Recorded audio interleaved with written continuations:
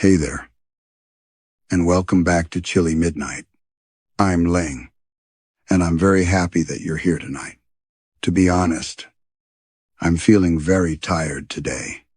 It has been a long day, and I'm sure some of you may be feeling the same way. How are you tonight? Has work been exhausting? Has life left you feeling worried, discouraged, or emotionally drained? And where are you listening from? Please let me know in the comments. I'd love to see how far these stories have traveled and how many different places are gathering here with us in the dark. Whatever you're carrying tonight, I hope Chilly Midnight can be a quiet place where you feel understood, comforted, and a little less alone. So let's leave the tiredness of the day behind for a while. Get comfortable. Take a slow breath. And let's begin tonight's story. The trophy began speaking to Ethan Cole while 82,000 people were chanting his name. At first, he mistook the sound for something mechanical.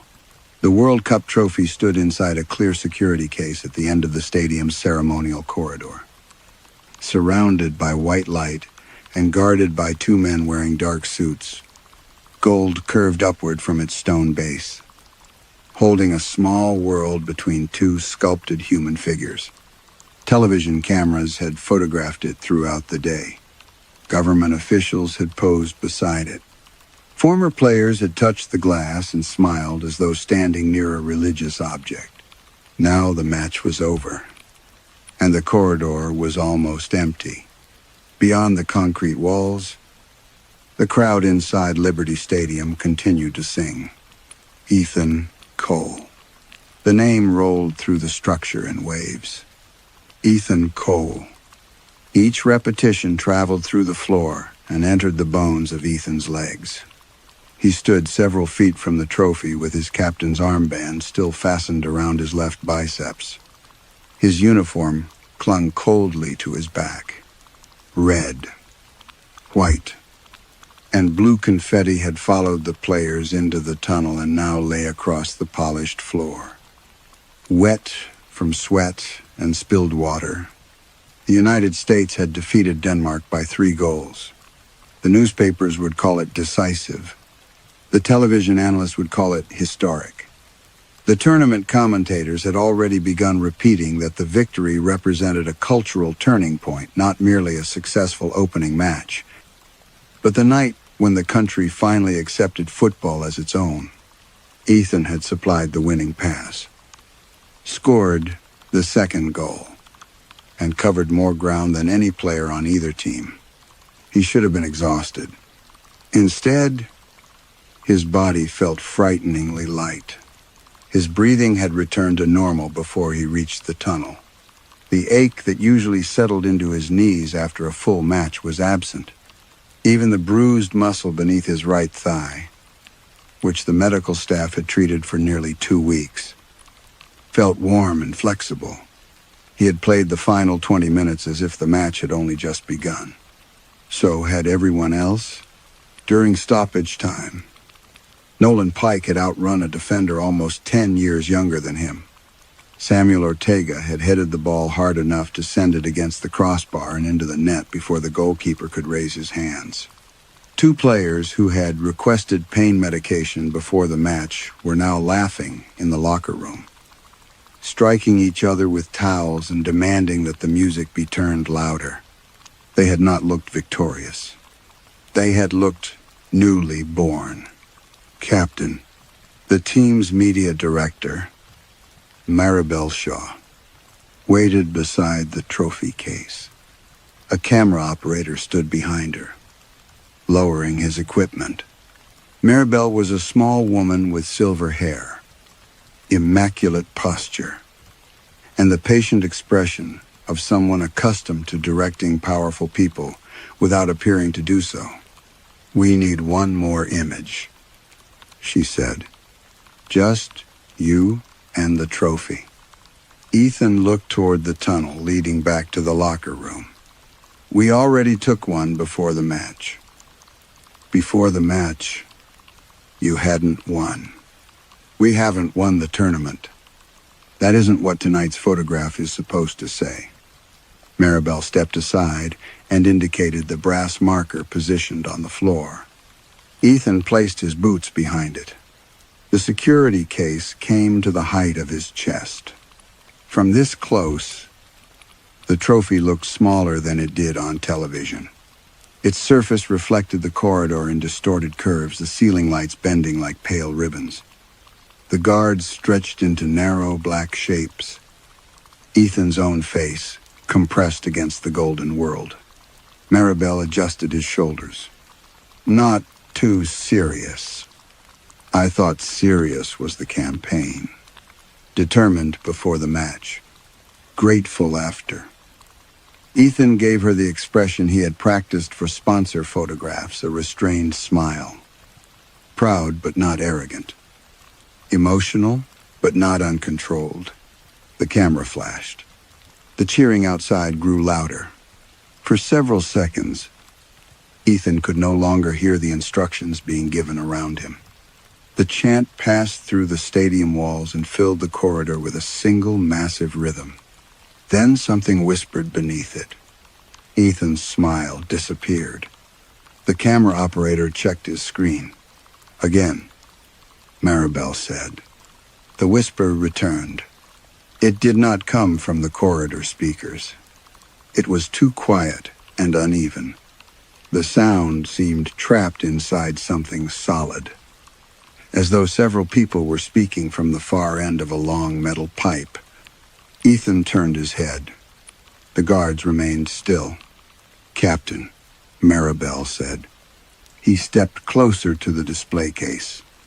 Inside the trophy, a woman was crying. The sound was so faint that Ethan could not make out the words at first. Her voice rose and fell beneath the chanting crowd, interrupted by small bursts of static. Then another voice joined her. A man. The west doors. The man whispered. Ethan held his breath. The west doors opened inward. The trophy's gold surface trembled beneath the display lights. Not visibly. Ethan could not have pointed to any movement. But the reflections seemed to ripple as though the metal were receiving vibrations from somewhere below. A third voice began speaking. This one belonged to a child. My mother was holding my coat. Ethan leaned toward the glass. The cold reached his face before he touched it. Condensation had formed along the inside of the case, clouding the lower section around the trophy stone base. The alarm never sounded. The man continued. My mother was holding my coat. The child repeated. The woman was no longer crying. She was saying a series of names. Ethan caught only two. Caleb Morris. Nadel. Behind him, the crowd completed another chant. The voices vanished. Someone touched his shoulder. Ethan spun around hard enough that Maribel stepped backward. The camera operator stared at him. We're finished, Maribel said carefully. Ethan looked at the two security guards. Did either of you hear that? Neither man answered immediately. Hear what? One of them finally asked. Voices. The camera operator glanced toward the ceiling speakers. The crowd's bleeding through everywhere. Not the crowd. Maribel's expression remained calm, but something tightened around her eyes. You've just played 90 minutes under extraordinary pressure. Go back to the team. Ethan pointed at the trophy. There's a speaker inside the case. There isn't. Then open it. One of the guards shifted his feet. Maribel stepped between Ethan and the display. No one opens the case without tournament authorization. There are people talking inside it. The second guard looked toward the first. It was a brief movement, but Ethan saw it. Maribel saw it too. Her voice lowered. Return to the locker room. Captain, The title sounded less like respect than a warning. Ethan stared through the condensation. For a moment. The trophy reflected not the corridor behind him, but a room filled with gray smoke. Shapes pressed together inside that reflection. Hands reached toward a pair of dark doors. Then the security lights brightened, and the image disappeared. Ethan walked away without posing for an autograph. The locker room smelled of deodorant, damp clothing, menthol cream, and champagne that no one had been authorized to bring inside. Music struck the metal lockers hard enough to make them vibrate. Nolan Pike sat on a treatment table performing rapid leg extensions while a physiotherapist watched.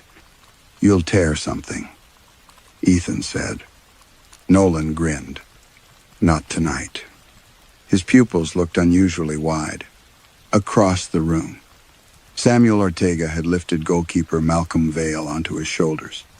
Malcolm weighed nearly 200 pounds.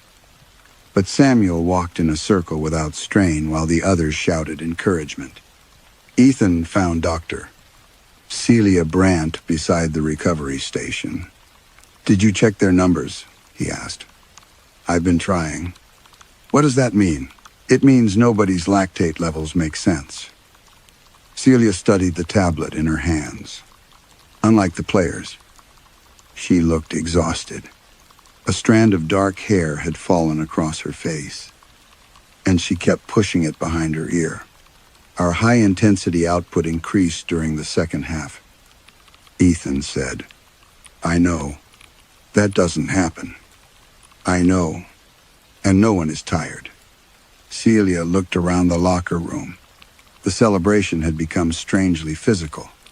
Players were arm wrestling, jumping onto benches, striking one another's shoulders. There was laughter, but it carried an aggressive edge. "You should all be tired," she said. Ethan lowered his voice.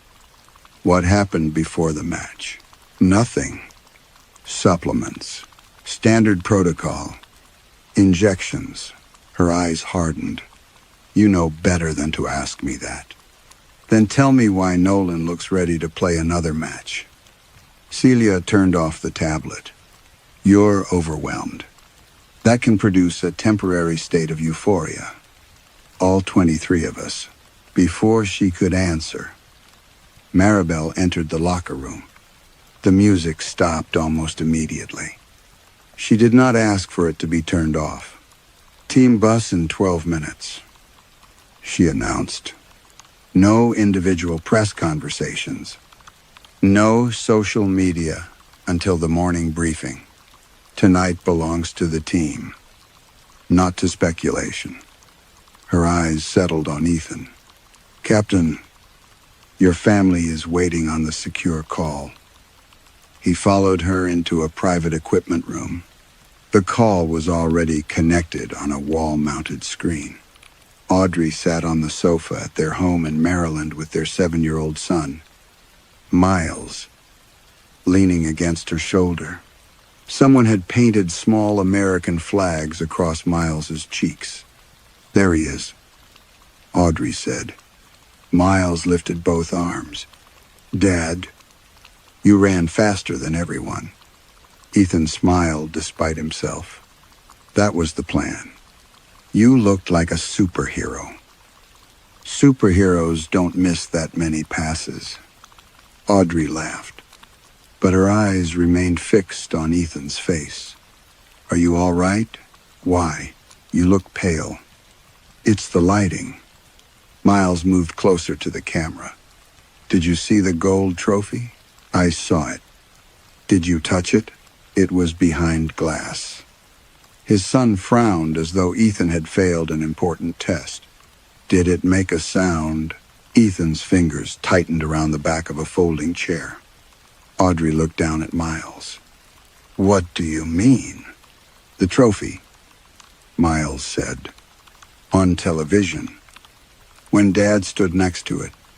"What sound?" Ethan asked. Miles pressed his palms over his ears. "People talking all at once." The screen flickered.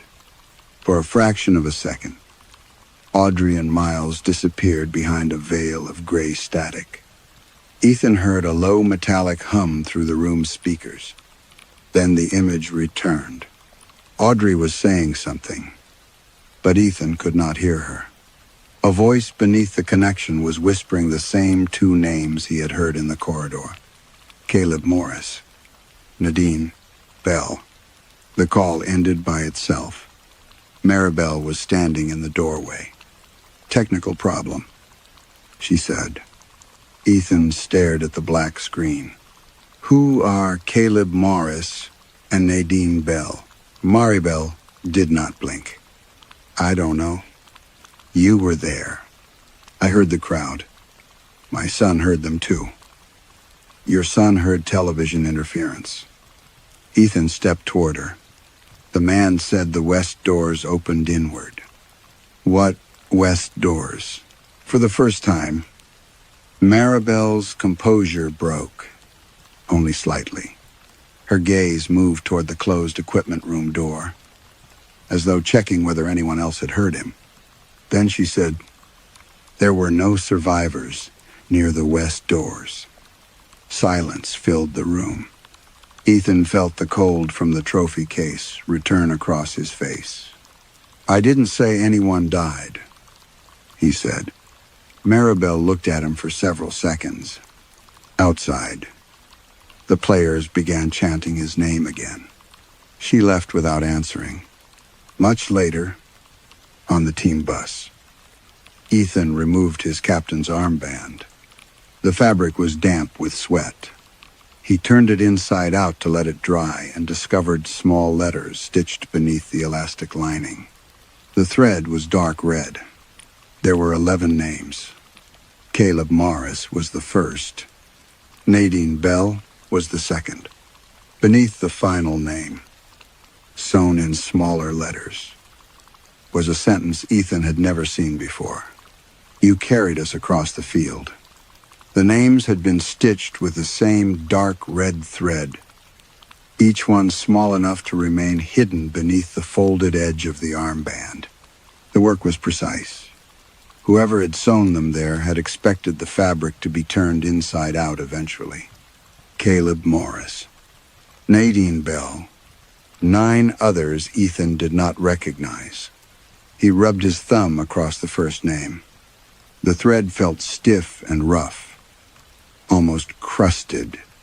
When he lifted his hand, a faint metallic smell remained on his skin. Across the aisle, Nolan Pike slept with his head against the bus window. His mouth was slightly open, but his breathing was deep and peaceful. Samuel Ortega sat several rows ahead, scrolling through messages with a towel draped over his shoulders. Neither man showed the trembling muscles or heavy eyelids that usually followed an international match. The team bus moved through Philadelphia beneath an escort of police motorcycles. Crowds stood behind temporary barricades, waving flags and holding phones above their heads. Some had waited hours simply to see the darkened windows pass. An enormous projection covered the side of a downtown building. Ethan's second-half goal repeated in silence his run into the penalty area, the pass arriving behind him, the turn that should have strained his injured thigh, the shot driven into the upper corner. Below the replay, white letters appeared. One nation, one dream. Ethan folded the armband and pushed it into his travel bag. The phrase followed the bus for 3 blocks. By the time the team reached the secured hotel, the lobby had been transformed into a ceremonial entrance. Tournament banners covered the marble columns. Children wearing national jerseys waited behind velvet barriers, while sponsors and government officials stood beneath television lights. The players were guided into position before anyone had time to shower. Vice President Allison Ward greeted them near the staircase. She shook each player's hand and thanked them for giving the country a night it desperately needed. When she reached Ethan, She placed both hands around his. "My father took me to my first match when I was 9, she said. He called me tonight. He was crying." Ethan gave the appropriate smile. "I'm glad we gave you both something to celebrate. You gave millions of people something to believe in." Behind her, cameras flashed. A communications advisor leaned closer and whispered that Ethan should mention unity, resilience, and the honor of representing families across the country. The words were delivered so quickly that they sounded less like suggestions than emergency instructions. Ethan repeated them during the interview. He spoke about children watching from small towns. He spoke about workers finishing late shifts and gathering around televisions. He spoke about sport offering people a common language when politics and fear had divided them. He had said variations of those sentences for years. This time, he could hear the voices inside the trophy beneath every word. The west doors opened inward. My mother was holding my coat. When the interview ended, Maribel Shaw led Ethan away from the officials. "You handled that well," she said. "Where did you get my armband?" "The equipment staff prepares all uniforms." "Who, specifically?" "I can find out." Ethan stopped walking. "You already know." Maribel glanced at the officials behind them. "This is not the place." "Then tell me where the place is." Her expression remained neutral. "Tomorrow's recovery session begins at 9 in the morning. You have a media appearance before lunch and a tactical meeting in the afternoon. The team flies to Atlanta after dinner. I asked you about the armband, and I told you I would find out." She stepped closer, lowering her voice. "Tonight was successful. Do not let exhaustion persuade you that success is dangerous." Ethan studied her face. "You told me there were no survivors near the west doors." Maribel's gaze did not move. "I misspoke. You knew what the voices were describing. I knew you were upset." "Who died?" A group of sponsors approached the corridor. Maribel smiled at them before turning back to Ethan. "Go upstairs. Call your family. Sleep. Then," almost gently, she added, "you have no idea how much depends on you remaining focused." His hotel suite occupied the upper floor, facing east over the city. Gift baskets covered the dining table, expensive watches, headphones, imported coffee, handwritten notes from politicians, and a silver pen engraved with the words, "Captain of a New Era." Ethan locked the door behind him and removed the armband from his bag. The names were still there. He photographed the stitching with his phone. The first image appeared normal. In the second, the names were blurred despite the fabric being in focus. In the third, the red thread looked black. He opened a search engine and typed Caleb Morris beside the words Philadelphia and West Doors. The first result concerned a financial advisor in Ohio. The second was a high school baseball player. Then Ethan added Nadine Bell. An article appeared immediately. The headline read, 11 dead after crowd panic at Riverfront Transit Hall. The report had been published shortly before the opening match. A fire alarm had forced hundreds of people toward the western exits of a transit hall less than 2 miles from the stadium.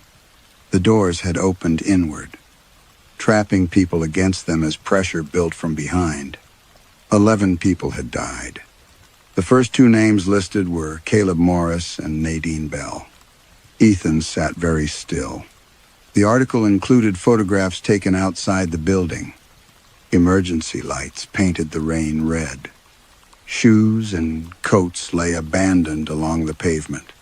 One image showed a small yellow coat beneath a police barrier. My mother was holding my coat. The deaths had occurred while the team was inside the stadium preparing for the match. Ethan tried to remember hearing about it. There had been no announcement. No message from tournament officials. No moment of silence before kickoff. The players' phones had been restricted, but an event involving 11 deaths so close to the stadium should have reached them. He scrolled down. The article stated that investigators were examining why the alarm had sounded and why several exits had failed to open properly. Witnesses described hearing a low vibration in the floor before the panic began.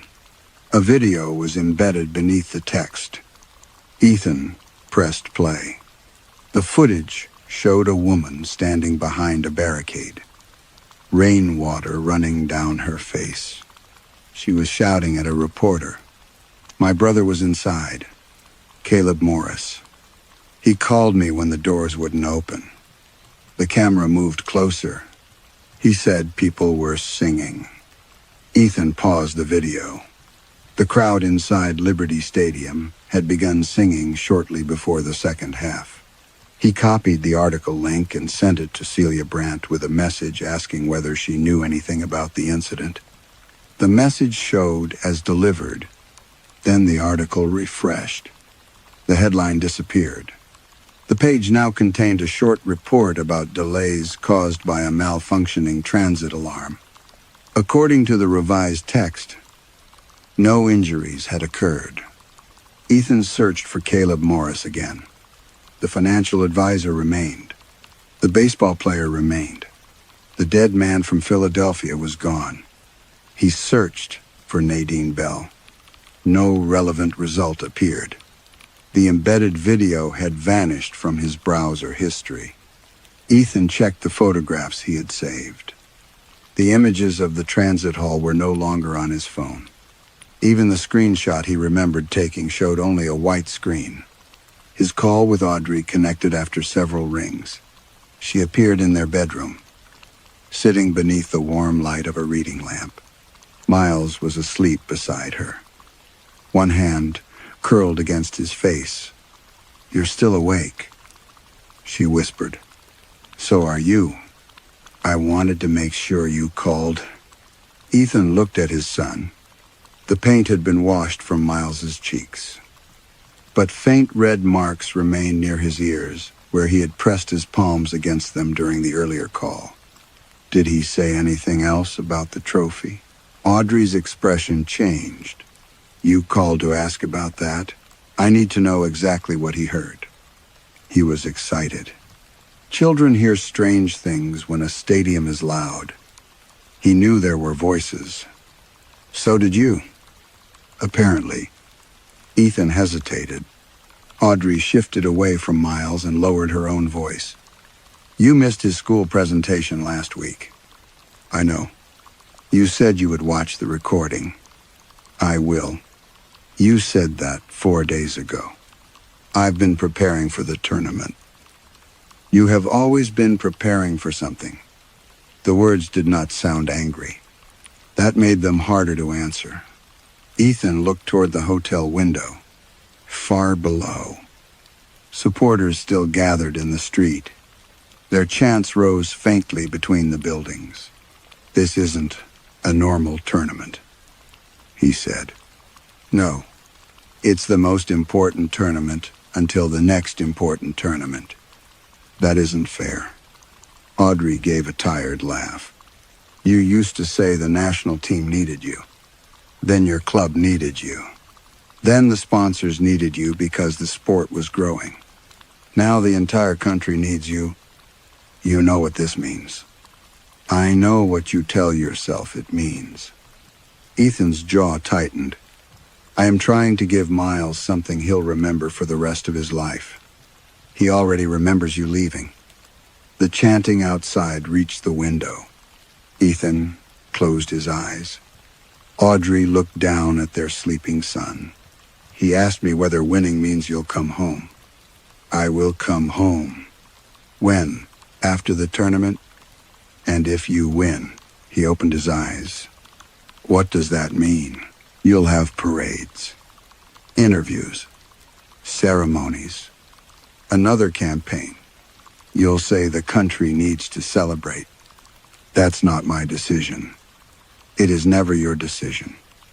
Ethan, that is why you never have to feel guilty. For a moment. He wanted to tell her about the trophy, the voices, and the names sewn into his armband.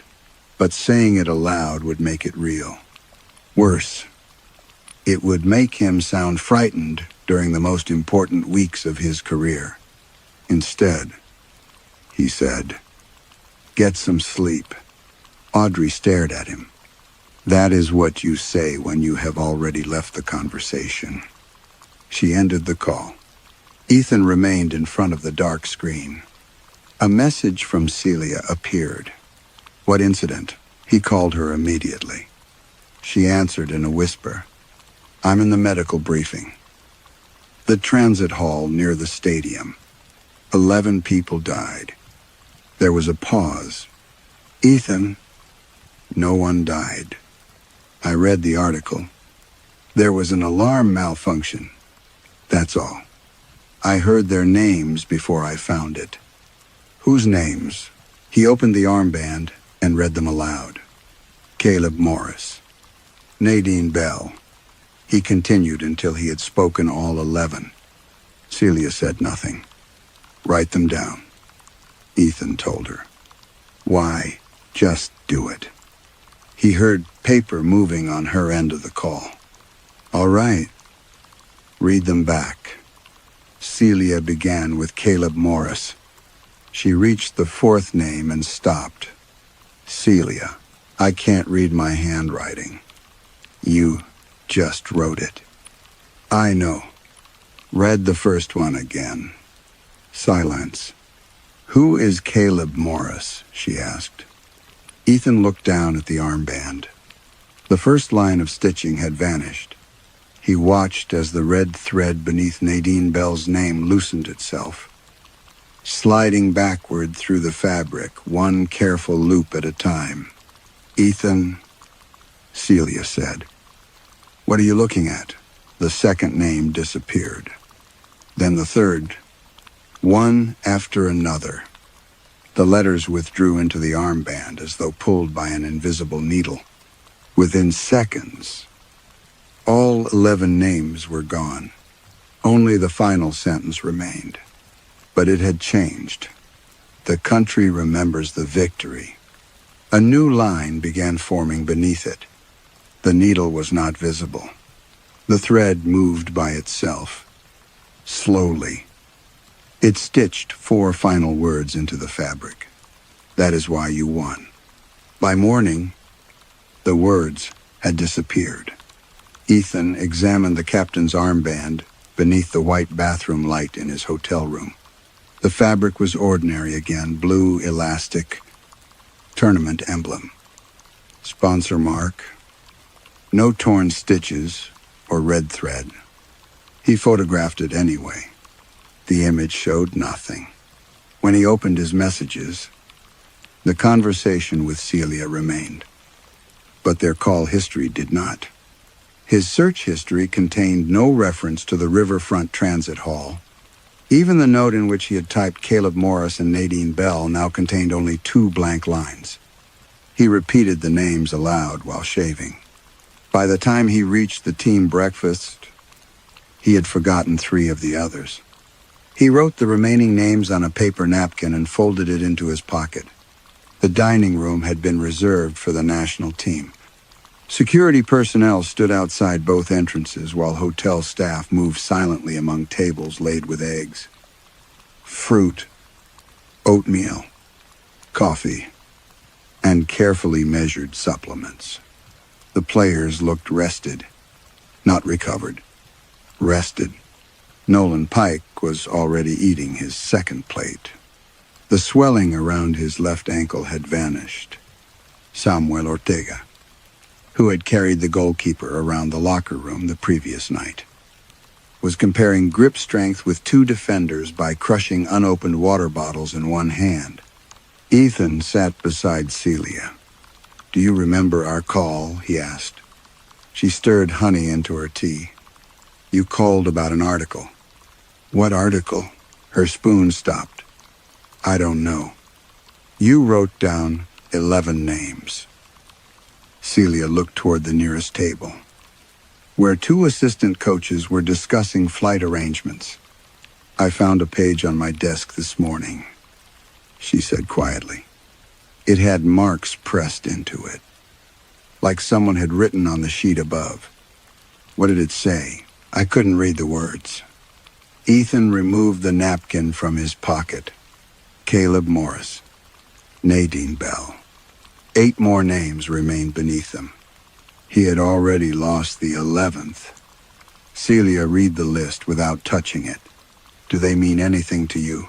They died near the stadium. No one died near the stadium. You believed me last night. I believed that you believed it. That isn't the same thing. No. She glanced across the room at Nolan. Neither is what happened to the team. Ethan followed her gaze. What did the medical tests show? Every player's muscle damage markers are lower than they were before the match. That's impossible. Several players gained measurable lean mass overnight. How much? Enough that the equipment staff had to loosen their compression garments. Ethan watched Nolan raise his coffee cup. The ceramic handle broke between his fingers. Nolan laughed and called for another. Celia leaned closer. I tried to flag the results. The system rejected them. Because they were wrong. Because the records now show the same measurements from last month. Ethan looked at her. They changed. I printed copies before the database updated. Where are they? I locked them in my medical case. Bring them to me. I checked before breakfast. Her voice dropped almost to nothing. The pages were blank. At the airport, hundreds of supporters waited behind glass walls, waving flags as the team crossed the private terminal. Television screens replayed the Philadelphia goals above headlines, describing the victory as a national awakening. There was no mention of a transit hall. The players boarded a chartered aircraft painted with the tournament emblem. Ethan sat near the front, separated from the rest of the team by 2 rows, occupied by staff and security personnel. Maribel took the seat beside him. You look tired, she said. I thought exhaustion was dangerous. It is, when mistaken for revelation. He turned toward her. Did you know the players' medical records changed? She opened a folder. Atlanta media schedule. Arrival, ceremony. Training appearance. Community event. Captain's press conference. Did you know? The country is watching you more closely than any athlete in its history. That wasn't my question. It should concern you more than your question. She placed the folder on his tray table. Inside were talking points, printed beneath the national crest. The team represents resilience. Victory belongs to every American family. Sacrifice is the foundation of greatness. Ethan tapped the final sentence. Whose sacrifice? Maribel fastened her seatbelt as the aircraft began moving. Everyone's sacrifices. Not equally. No, she said. Never equally. The answer unsettled him more than a denial would have. Atlanta received the team beneath a sky heavy with summer heat. The air smelled of jet fuel, warm asphalt, and distant rain. From the runway, Ethan could see banners covering the terminal windows. His face appeared on nearly all of them.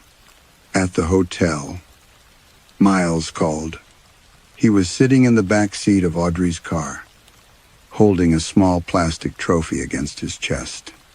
We had a match, he said. Did you win? We tied. That's good. Miles frowned. Coach said a tie is not winning. At your age, playing well matters more. Does it matter more for you? Ethan hesitated. Audrey's eyes appeared briefly in the rearview mirror. No, he admitted. Miles turned the plastic trophy in his hands. Does yours still have people in it? Audrey looked back sharply. People, Ethan asked. The gold one. Did you hear them again? No. But I dreamed they were knocking. A horn sounded behind Audrey's car. She reached toward the phone. We have to go. Audrey. Wait. Her expression hardened. What? Keep him away from the broadcasts. She stared at him. You want your own son not to watch you play, just for the Atlanta match. Why? I can't explain. You never can. The call ended. The Atlanta stadium had been built around an enclosed bowl of steel, glass, and black acoustic paneling. With the roof closed, the crowd's sound did not escape upward. It returned to the field, layered upon itself until individual voices became a physical pressure. Before kickoff, Ethan stood inside the tunnel with the team. The trophy had been placed at the field entrance. He had not expected to see it there. According to tournament custom, it was supposed to remain in a central exhibition facility until the later knockout rounds. Yet it stood inside another clear case beneath a bank of white lights, exactly as it had in Philadelphia. Condensation clouded the glass around its base. Ethan approached it. A security official stepped into his path. Players are required to remain in formation. Why is the trophy here? Ceremonial visibility. Was it transported from Philadelphia? The official's expression remained blank. I don't have that information. Ethan looked through the glass. His reflection bent across the gold. For an instant, he saw a hospital corridor behind him instead of the stadium tunnel. The ceiling lights were dark. Red emergency lamps illuminated abandoned wheelchairs and beds pushed against the walls. Something moved beneath a sheet. Then the players were called forward, and the image vanished. The match began beneath a roar so loud that Ethan felt it in his teeth. For the first half hour, the United States struggled. Their opponents controlled possession, forced Ethan deep into his own half, and struck the post twice. The home crowd grew impatient. Chants broke apart into anxious noise. Then, shortly before halftime, the lights flickered. Only once, a dark pulse passed through the stadium. Ethan felt something enter his legs. Heat spread from the soles of his boots through his calves and thighs. His lungs opened as though he had been breathing through cloth and someone had suddenly pulled it away. Across the field, his teammates straightened. Nolan received the ball near the halfway line. 3 defenders surrounded him. He ran through them, not between them, through them. One defender collided with Nolan's shoulder and spun to the ground. Nolan did not lose balance or speed. He crossed the ball into the penalty area, where Samuel jumped above 2 opponents by a height no human body should have reached. The header struck the net. The crowd erupted. The sound became white and enormous. Ethan's vision sharpened. He could see individual drops of sweat on players 50 yards away. He could hear the referee's breath. Every movement around him seemed slow, deliberate, available. The United States scored again before halftime. Then again shortly after the break. By the final minutes, the opposing players could barely stand. Ethan's teammates continued running with rigid, joyous faces. Nolan laughed each time someone tried to tackle him.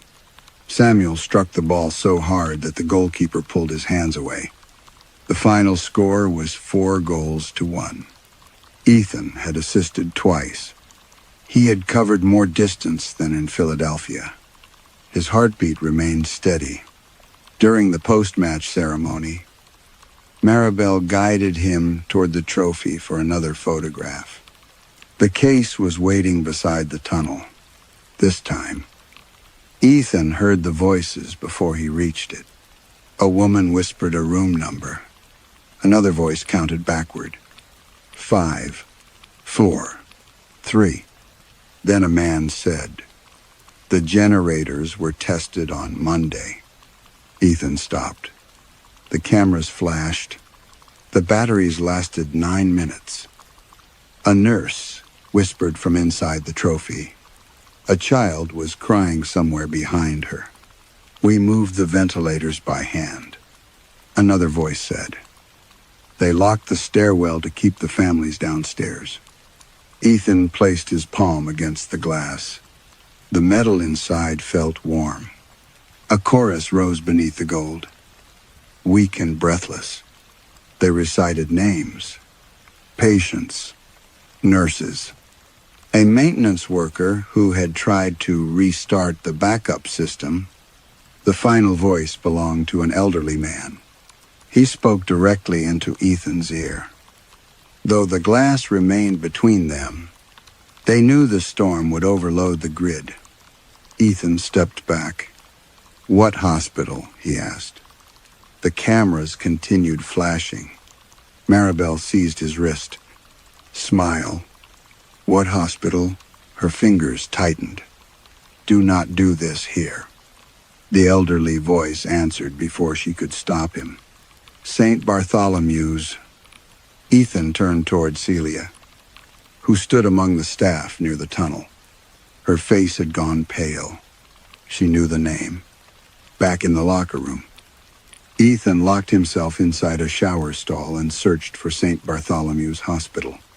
The first result was a local emergency notice posted less than an hour earlier. A power failure had occurred during the match. The hospital's backup generators had malfunctioned. Officials claimed all patients had been safely transferred. Ethan searched the page for the details he had heard. There was nothing about 9 minutes of battery power. Nothing about locked stairwells. Nothing about ventilators being moved by hand. The official statement reported no fatalities. A message appeared from Audrey. It contained a photograph of Miles asleep in the car, still holding the plastic trophy. Beneath it, she had written, "He watched the match anyway." Before Ethan could reply, another message arrived. "He says the people inside the trophy stopped knocking." Ethan stared at the words. A drop of water struck the floor beside his boot. Then another. He looked up. The shower was off. The water was not falling from above. It was leaking through the grout between the floor tiles. Dark liquid spread around his feet, carrying the sharp, sterile smell of hospital disinfectant. Something small touched the side of his boot. A white plastic hospital bracelet floated from beneath the wall. Ethan bent and picked it up. The bracelet bore a patient's name, a date of birth, and a room number. The room number was the same one the woman inside the trophy had whispered. Beneath it, where medical alerts should have been printed, were 4 words, discharged into national memory. The bracelet remained wet after the floor had dried. Ethan wrapped it in a hand towel and carried it to Celia's treatment room, keeping his fist closed around the bundle as staff moved through the locker corridor. The celebration had become louder. Players shouted over music, striking lockers and singing fragments of the national anthem. Someone had dragged a steel equipment case into the center of the room and was using it as a drum. Each blow sent a vibration through the concrete beneath Ethan's boots. The chant from the stadium continued beyond the walls. It should have weakened as spectators left. Instead, it seemed to be growing closer. Celia stood over Samuel Ortega, examining his right shoulder. The forward had landed badly during the second half after rising for a header. Ethan had seen the joint bend beneath him. The medical team had rushed onto the field expecting a dislocation. Now Samuel rotated the arm in full circles. "No pain?" Celia asked. "None." "Pressure?" "Nothing." She pressed her thumb into the tissue beneath his collarbone. Samuel smiled. "You can stop worrying." Celia's expression did not change. "You had swelling 10 minutes ago. Then I heal fast." "Not that fast." Samuel flexed his arm. The muscle tightened beneath unbroken skin. Maybe winning is good medicine. He jumped from the treatment table and joined the others. Ethan closed the door behind him. Celia looked at the towel in his hand. "What happened?" He unfolded it. The bracelet lay across his palm. The printed name had begun to fade. Only the room number and the words beneath it remained clearly visible, discharged into national memory. Celia did not touch it. "Where did you get that?" "From beneath the shower wall." "That isn't possible." "It came through the floor." She glanced toward the closed door. "Put it away." "You recognize the hospital?" "St. Bartholomew's serves half the district." "Of course I recognize it." "You knew the name before I said it." "I worked there during my residency." Ethan stared at her. "You never mentioned that." "It was more than a decade ago." "Did they have problems with the backup generators?" "All hospitals have problems." "Did the stairwell doors lock during outages?" Celia's face tightened. "Where did you hear that?" "Inside the trophy." She looked down at the bracelet again. "Ethan." The voices told me details before they appeared anywhere. 9 minutes of battery power. Ventilators moved by hand. Families trapped downstairs. "Stop." "Why?" "Because once you begin arranging unrelated things into a pattern, every new thing becomes proof." Samuel's shoulder healed in minutes. "That is not proof of dead patients speaking through a trophy." "What is it proof of?" She turned away and opened a cabinet. Inside were folders, sealed vials, and several medical tablets stacked beside a portable scanner. She removed one tablet and placed it on the desk. I ran another comparison during the match. Player profiles filled the screen. VO2 maximum values, recovery rates, muscle density, reaction speed, cardiac efficiency. The figures beside each name were far beyond elite athletic standards. Nolan Pike's acceleration placed him outside the recorded limits of professional competition. Samuel's bone density resembled that of a much larger man. Ethan's own oxygen utilization appeared almost impossible. "These measurements were taken tonight?" he asked. Celia scrolled upward. A date appeared beside the report. It was from 14 months earlier. "That cannot be right." "I know." She opened another file. The same values appeared. This one was dated 3 years earlier. Another file showed Ethan's medical screening from his first senior international call-up. The abnormal numbers were already there. Ethan leaned closer. "That test was normal." "I remember it being normal." "You signed it. My signature is at the bottom." The digital document showed Celia's name beneath a statement certifying that Ethan possessed exceptional but naturally occurring cardiovascular and muscular abilities. "You weren't the team doctor then," he said. "No." "So why is your signature there?" "I don't know." Ethan opened another file. Every player's history had been rewritten. Injuries that had required months of recovery were recorded as minor discomfort. Surgical procedures had disappeared. Scans showed bones that had never fractured and ligaments that had never torn. According to the records, the United States squad had always been physically extraordinary. According to Ethan's body, the records were lying. He touched the outside of his right knee. He could still remember the cartilage tear from 6 years earlier. The surgery, the slow, humiliating rehabilitation. The first morning he had tried to run and collapsed beside the training field. He could remember the scar beneath his kneecap. He pulled up the leg of his shorts. The scar was gone. Celia saw it too. "You operated on this knee," Ethan said. "I reviewed the surgical report. There is no scar." She came closer and ran 2 fingers over the skin. The tissue was smooth. His body no longer remembered being opened, but Ethan did. A rush of nausea moved through him. What else changed? Celia accessed his neurological history. There was no record of the concussion he had suffered during a qualifying match. No mention of the migraines that had followed. No treatment for the damaged muscle in his thigh. Even his childhood asthma had vanished from the files. The screen claimed Ethan Cole had never suffered a significant injury or illness. He looked toward the locker room door. What about the others? The same. Do they remember? Some of them. Have you asked? I tried. Celia lowered her voice. Nolan remembered breaking his ankle 2 seasons ago. I showed him the scan saying it never happened.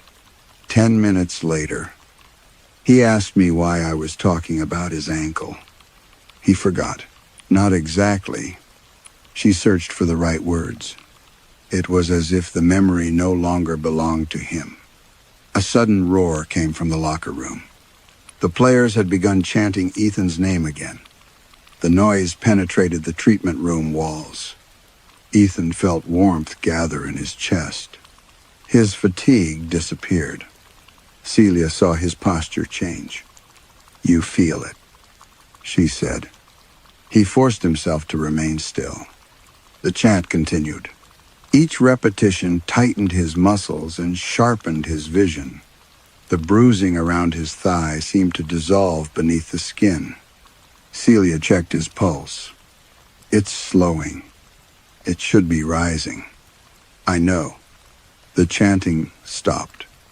Ethan's body immediately felt heavier. He pulled his wrist away. They're feeding on it, or responding to adrenaline, all at the same time. Crowd psychology can affect performance. Crowd psychology doesn't remove scars.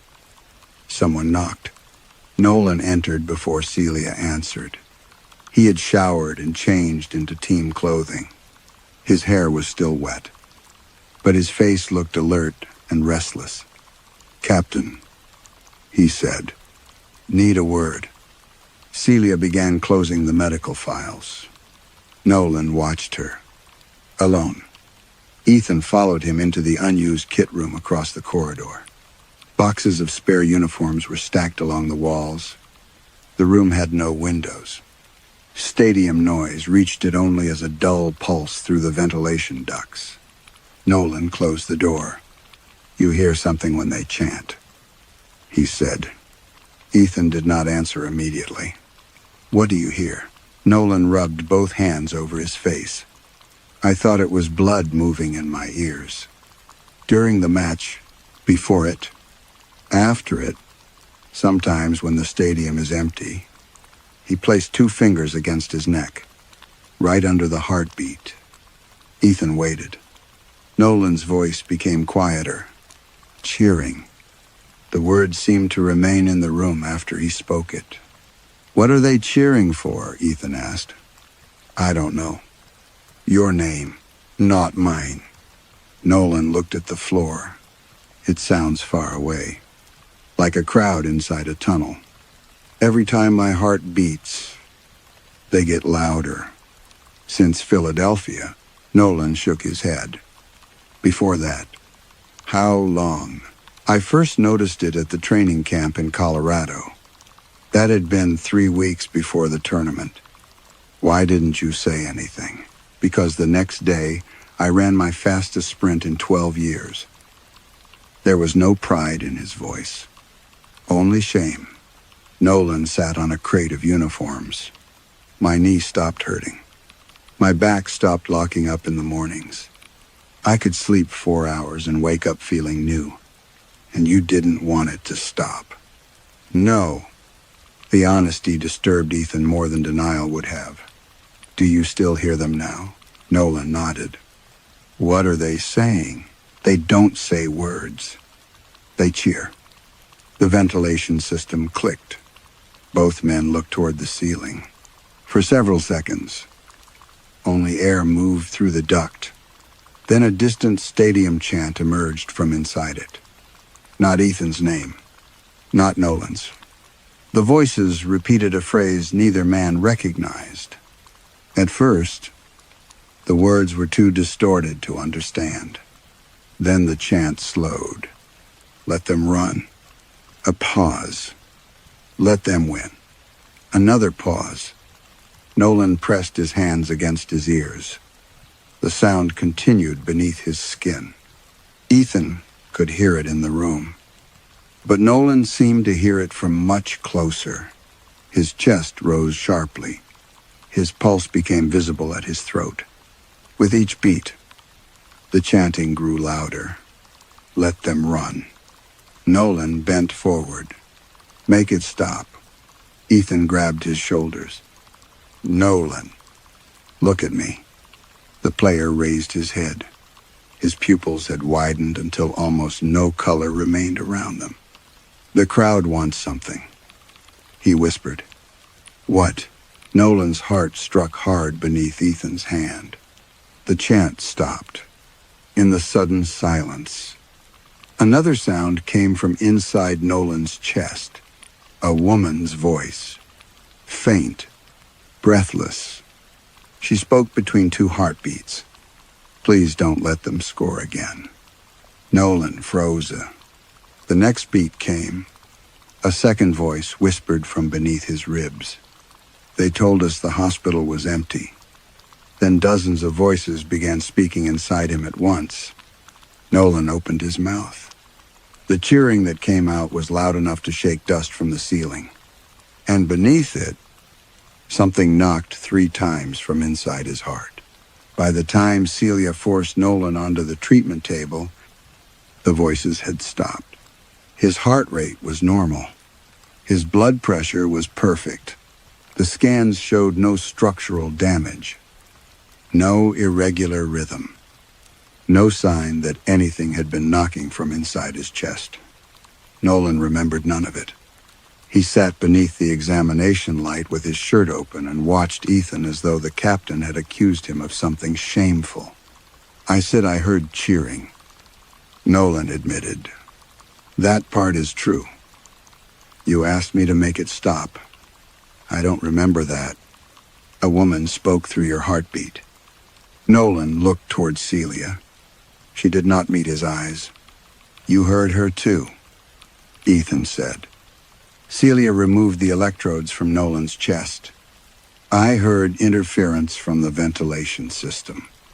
She said they were told the hospital was empty. I don't remember those words. You were standing beside me. Celia folded the wires with careful, deliberate movements. You should sleep. Ethan looked from her to Nolan. The forgetting had already begun.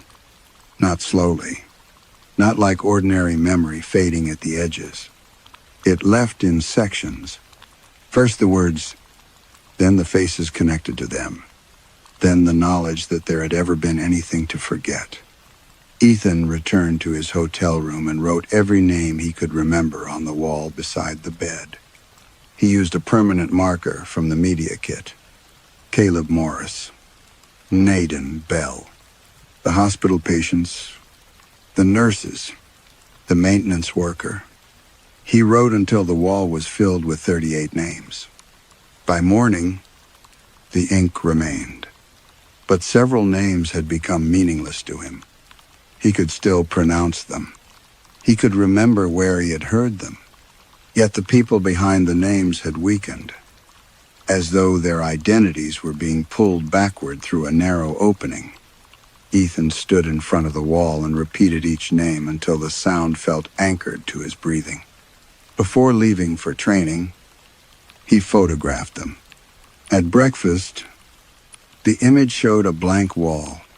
When he returned to the room that evening, the names were gone. The paint was smooth. Housekeeping denied entering.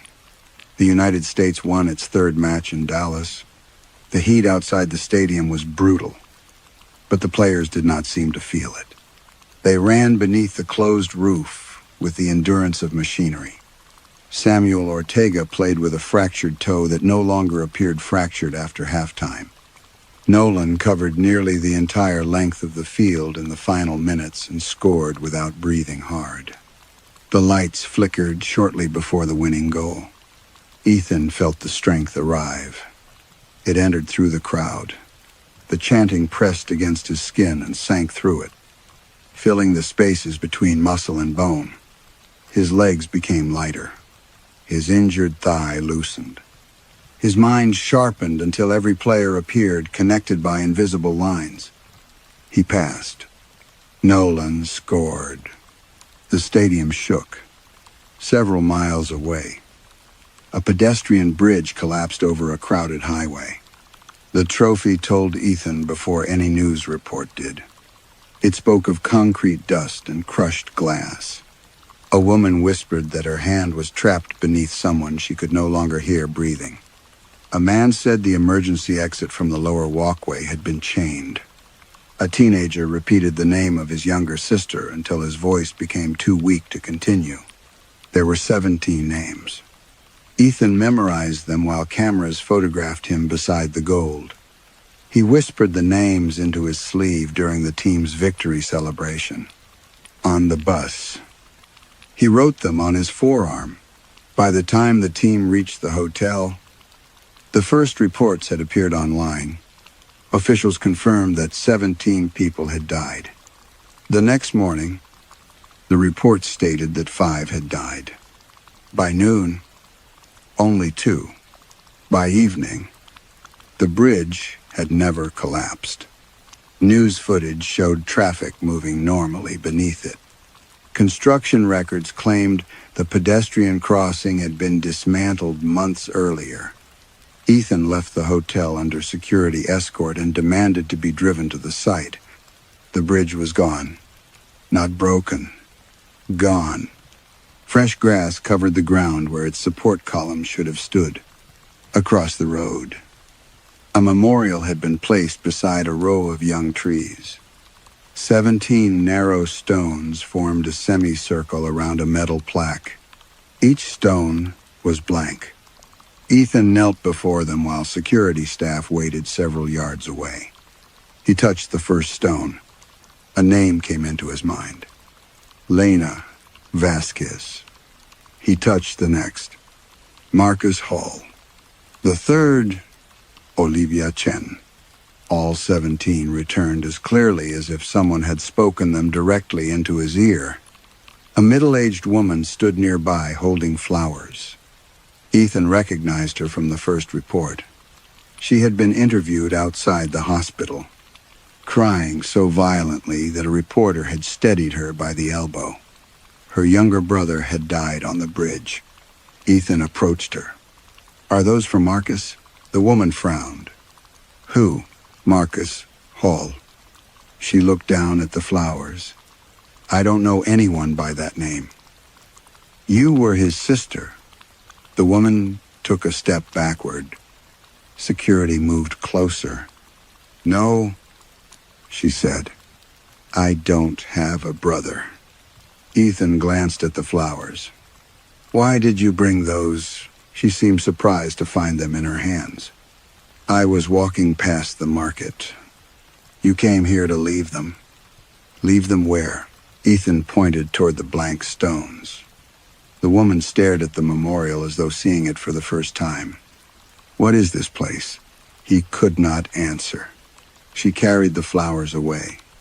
The United States advanced from the group stage without losing a match. The country transformed around the team. Flags appeared in apartment windows, factories, hospitals, classrooms, and churches. City councils postponed meetings so employees could watch. Television anchors described the victories as proof of national renewal. Politicians who had spent years disagreeing appeared together in replica jerseys. Ethan's face was everywhere. Advertisements showed him running beneath the words, "We carry each other." Children copied his goal celebration. Commentators called him the conscience of the team. Each time he heard that phrase, another erased voice whispered inside his memory. The round of 16 match took place in Seattle. The United States won after extra time. Shortly before the final goal, a fire spread through a residential tower on the opposite side of the city. Emergency stairwell doors locked automatically. Smoke entered the upper floors before alarms sounded. 26 people died. Ethan heard every one of them inside the trophy. By sunrise, the tower still stood. No windows were broken. No smoke marked its exterior. Residents entered and left carrying groceries and work bags. Ethan found a woman whose husband had died while calling her from the stairwell. She lived in the same apartment, wore the same wedding ring, and had photographs of herself standing alone at a ceremony Ethan remembered seeing with a man beside her. "Have you always lived here by yourself?" he asked. "Since I moved in." "Who took that photograph?" She looked at the frame. "I suppose a friend." "There was someone next to you?" "No. His name was Peter Leanh." The woman smiled politely. "I don't know that name." Behind her, a second coffee cup stood beside the sink. A man's jacket hung near the door. She seemed unable to see either one. Ethan returned to the team hotel and found Celia waiting in the corridor. "You left without authorization," she said. 26 people died last night." "No one died." "You said that before." Celia closed her eyes briefly. "I found something in my medical case." She led him into an empty conference room. On the table lay the blank pages she had printed after Atlanta. Faint impressions marked the paper where altered medical data had once appeared. Celia had rubbed graphite across the sheets. Indented words emerged beneath the gray surface. Not medical figures. Names. Dozens of them. The victims from Philadelphia. The hospital patients from Atlanta. The people from the Dallas Bridge. The names Ethan had heard in Seattle. "You remember them?" he asked. Celia touched one of the pages. "I remember that I should." "That isn't what I asked." She looked frightened. "When I read them, I know they matter. When I look away, I can't remember why." Ethan read the list from beginning to end. Every name returned to him.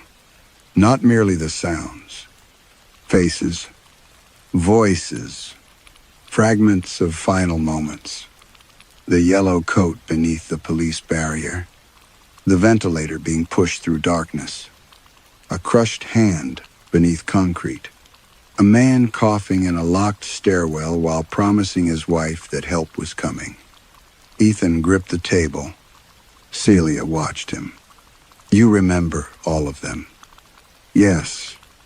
Even without the pages." "Yes." She moved away from him. "Why?" He thought of the words inside the armband. "You carried us across the field. The others forget first," he said. "The public forgets after the records change. The families forget after the names disappear." Celia's face had gone pale. "But you don't." Ethan looked down at his hands. "I'm the captain. The room remained silent. Outside, supporters had begun gathering beneath the hotel windows. Their chanting rose through the glass, faint but steady. Ethan's body responded before he could stop it. His breathing deepened. Strength entered his shoulders. The names inside his mind stirred. For the first time, he understood that remembering them was not an accident. The system needed someone to carry what the country discarded. A vessel inside the team. A witness who could be praised instead of believed. Celia gathered the graphite pages. We need proof that cannot rewrite itself. Nothing stays. Something must. Ethan remembered the hospital bracelet. It had remained wet after the floor dried. Physical objects come through, he said. The bracelet, the armband, the stones. Then we find where they come from. The quarterfinal stadium waited in the next city. A vast new structure built above layers of service corridors and old utility tunnels. That night, Ethan stood alone on the field during a closed training session. The seats were empty. No supporters had been admitted. Yet chanting moved beneath the grass. Not from the stands, from below. Ethan followed the sound toward the center circle. Every erased name was being spoken under the turf, one after another, in thousands of overlapping voices. When he reached the center mark, the ground vibrated beneath his boots. A rectangular seam appeared in the grass. Metal edges pushed upward through the soil. Then a hidden door opened at his feet, releasing a breath of cold air that smelled of damp concrete, electrical heat, and hospital disinfectant. From the darkness below, a woman called him by name. "Captain," she whispered, "bring us the next victory." The cold air continued rising from the opening. Ethan stood at the edge of the hidden stairwell while the grass trembled around his boots. The rectangular door had lifted less than 2 feet above the field, exposing a narrow flight of metal steps descending into darkness. Behind him, the empty stadium remained silent. No security alarms sounded. No maintenance staff appeared. The woman beneath the field spoke again. "Captain." Her voice did not echo up the stairwell. It seemed to emerge from the soil on every side of him. "Bring us the next victory." Ethan activated the flashlight on his phone and lowered 1 foot onto the first step. The metal vibrated beneath his weight. He looked across the field toward the player tunnel. Celia had returned to the medical area to secure the graphite pages. Ethan had promised he would wait for her. He had also promised Audrey that winning would eventually bring him home. Promises had become the easiest things in his life to break. He descended. The hidden door closed above him after the 7th step. Darkness sealed the field away. Ethan stopped and pushed upward, but the underside of the door had no handle. His phone light revealed only rusted metal and a painted warning. Authorized tournament infrastructure only. The stairs continued downward between raw concrete walls. Thick cables had been fastened along the ceiling in organized bundles. Some were labeled for broadcasting, others for medical telemetry, emergency power, stadium acoustics, or crowd analysis. All of them led deeper. Ethan followed. The air grew colder with each level, but sweat gathered beneath his collar. He passed several locked doors marked as electrical rooms. Behind one, something breathed through a speaker. Behind another, a crowd whispered his name, not chanting, testing it. Ethan. Ethan Cole. Captain. He did not stop. The stairwell ended at a service tunnel wide enough for utility carts. White lamps glowed overhead. spaced too far apart, leaving long sections of darkness between them. Moisture ran down the concrete walls in thin black lines. An arrow had been painted on the floor, field resonance core. Beneath it, someone had scratched a second message into the paint. We were here first. Ethan photographed the words. The image appeared normal, for now. He walked toward a low mechanical hum.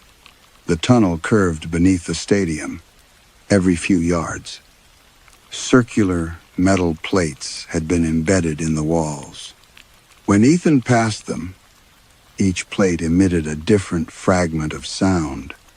A referee's whistle, a child crying, a news anchor announcing a victory, a hospital alarm, applause, the final breath of someone asking another person not to hang up. Ethan touched one plate. The metal was warm. A man's voice emerged from it. My name is Marcus Hall. Ethan pulled his hand away. The plate continued speaking. I was on the bridge when it fell. The voice was clear now, not a memory inside Ethan's mind, but a recording. They told my sister there would be a memorial. Tell her I was afraid. Tell her I called her name. The plate clicked. Silence returned. Ethan placed his hand against the next one. Peter Leanh. A different man said, Apartment 42. Tell my wife there were 2 cups because I was real. Another plate. Lena Vasquez. I held the railing until my fingers broke. Another. Nadine Bell. I could hear the stadium from the floor. The names were not gone. They had been stored. The tunnel opened into a circular chamber. Ethan stopped at its threshold. A structure rose from the floor like the exposed skeleton of a cathedral bell. Bronze ribs curved upward around a central column of black metal. Hundreds of cables entered its base, connecting the structure to control panels, cooling pipes, and racks of recording equipment.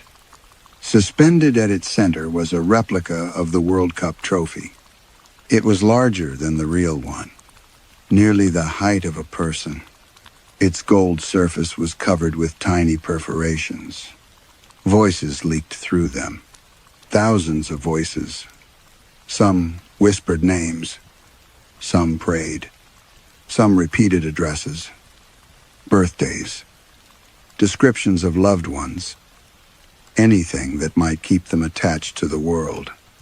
Others simply begged, please write this down. My daughter will forget me. I was still alive when they closed the doors. We were not empty beds.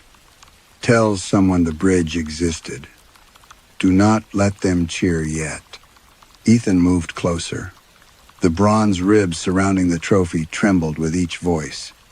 Small screens mounted around the chamber displayed live stadium data.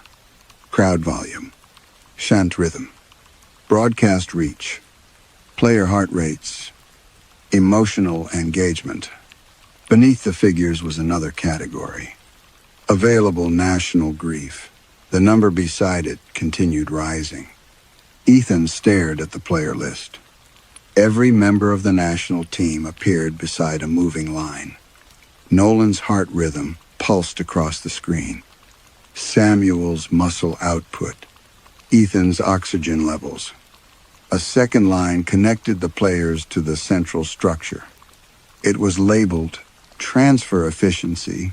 Ethan heard footsteps behind him. He turned. No one stood in the tunnel. The sound came from speakers installed around the chamber. Recorded footsteps. Running feet. Crowds approaching locked exits. He forced himself to examine the equipment. A wall of broadcast servers stood behind the bronze structure. Each unit carried the insignia of a major television network or digital platform. Fiber optic cables ran from them into the resonance core. The system was not merely beneath the stadium. It was connected to every camera, microphone, and broadcast signal carrying the tournament into homes around the world. Ethan found a control console. Its screen displayed a map of the United States. Every host city glowed with a gold circle. Philadelphia, Atlanta, Dallas, and Seattle were marked as completed. The city of the quarterfinal was labeled active. The semifinal city pulsed next. A list appeared beside it. Not names, potential events. A commuter rail failure. A chemical leak near a school district. A structural collapse during a public celebration. A wildfire evacuation routed toward a closed highway. Each possibility carried projected numbers. Estimated deaths. Expected public grief. Broadcast conversion. Athletic benefit. Ethan felt his stomach tighten. The system had not discovered tragedies. It selected them. A voice spoke from the large trophy. You knew someone always paid. Ethan recognized it. Audrey. He stepped backward. Her voice continued through the perforated gold. You just preferred not to ask who. That isn't her, he said. The chamber repeated his words from dozens of speakers. That isn't her. Isn't her. Her. Another voice emerged. Miles. Does winning mean you'll come home? Ethan struck the console. The screens flickered. For 1 second, the map disappeared. A live image replaced it. Celia stood in the medical room above, searching through her case. She did not know she was being watched. The camera angle came from inside the ceiling. Ethan looked at the walls around him. Small lenses were embedded between the recording plates. He had been watched since entering the tunnel. Perhaps longer. Celia, he whispered. The screen showed her finding the graphite pages. She placed them inside a sealed medical envelope. Then Maribel entered the room behind her. Ethan reached for his phone. There was no signal. On the screen, Celia turned. Maribel said something Ethan could not hear. Celia backed toward the treatment table. The image cut to black. Ethan ran from the chamber. The tunnel lights activated ahead of him one by one, guiding him past another corridor he had not noticed before. A red sign above it read, Archive of Contributions. The door stood open. Inside were rows of glass cabinets extending farther than his phone light could reach. Each cabinet contained objects. A yellow child's coat. A cracked hospital ventilator mask. A broken section of bridge railing. A burned wedding photograph. A man's jacket from the Seattle apartment. Physical remnants of tragedies the country no longer remembered. At the center of the room stood dozens of smaller trophy replicas, each connected to headphones and recording machines. One replica carried a plaque. Domestic Athletic Trial 1994. Another Olympic Conversion Program. Another Continental Qualification Test. The system was older than Ethan. Older than this tournament. At the end of the archive, one final cabinet remained empty. A white card had been placed inside. Ethan approached it. The card displayed the semifinal date. Beneath it were 3 projected tragedy options. 2 had been crossed out. The final option remained. Team medical facility incident. Ethan stopped breathing. A list of intended victims appeared below. Doctors, physiotherapists, equipment staff, support personnel. Celia Brandt's name was first. A speaker above the cabinet clicked on. Maribel's voice from the archive. You wanted proof that could not rewrite itself. Ethan looked toward the camera in the ceiling. The cabinet door unlocked with a soft mechanical sound. "Now you have it," she continued. Behind him, the archive entrance slammed shut. The lights inside every glass cabinet turned on at once. Thousands of preserved objects cast long shadows across the floor. Then every recording in the chamber began playing. The forgotten dead spoke together, their voices shaking the cabinets and filling the concrete beneath the field. They did not beg Ethan to save them.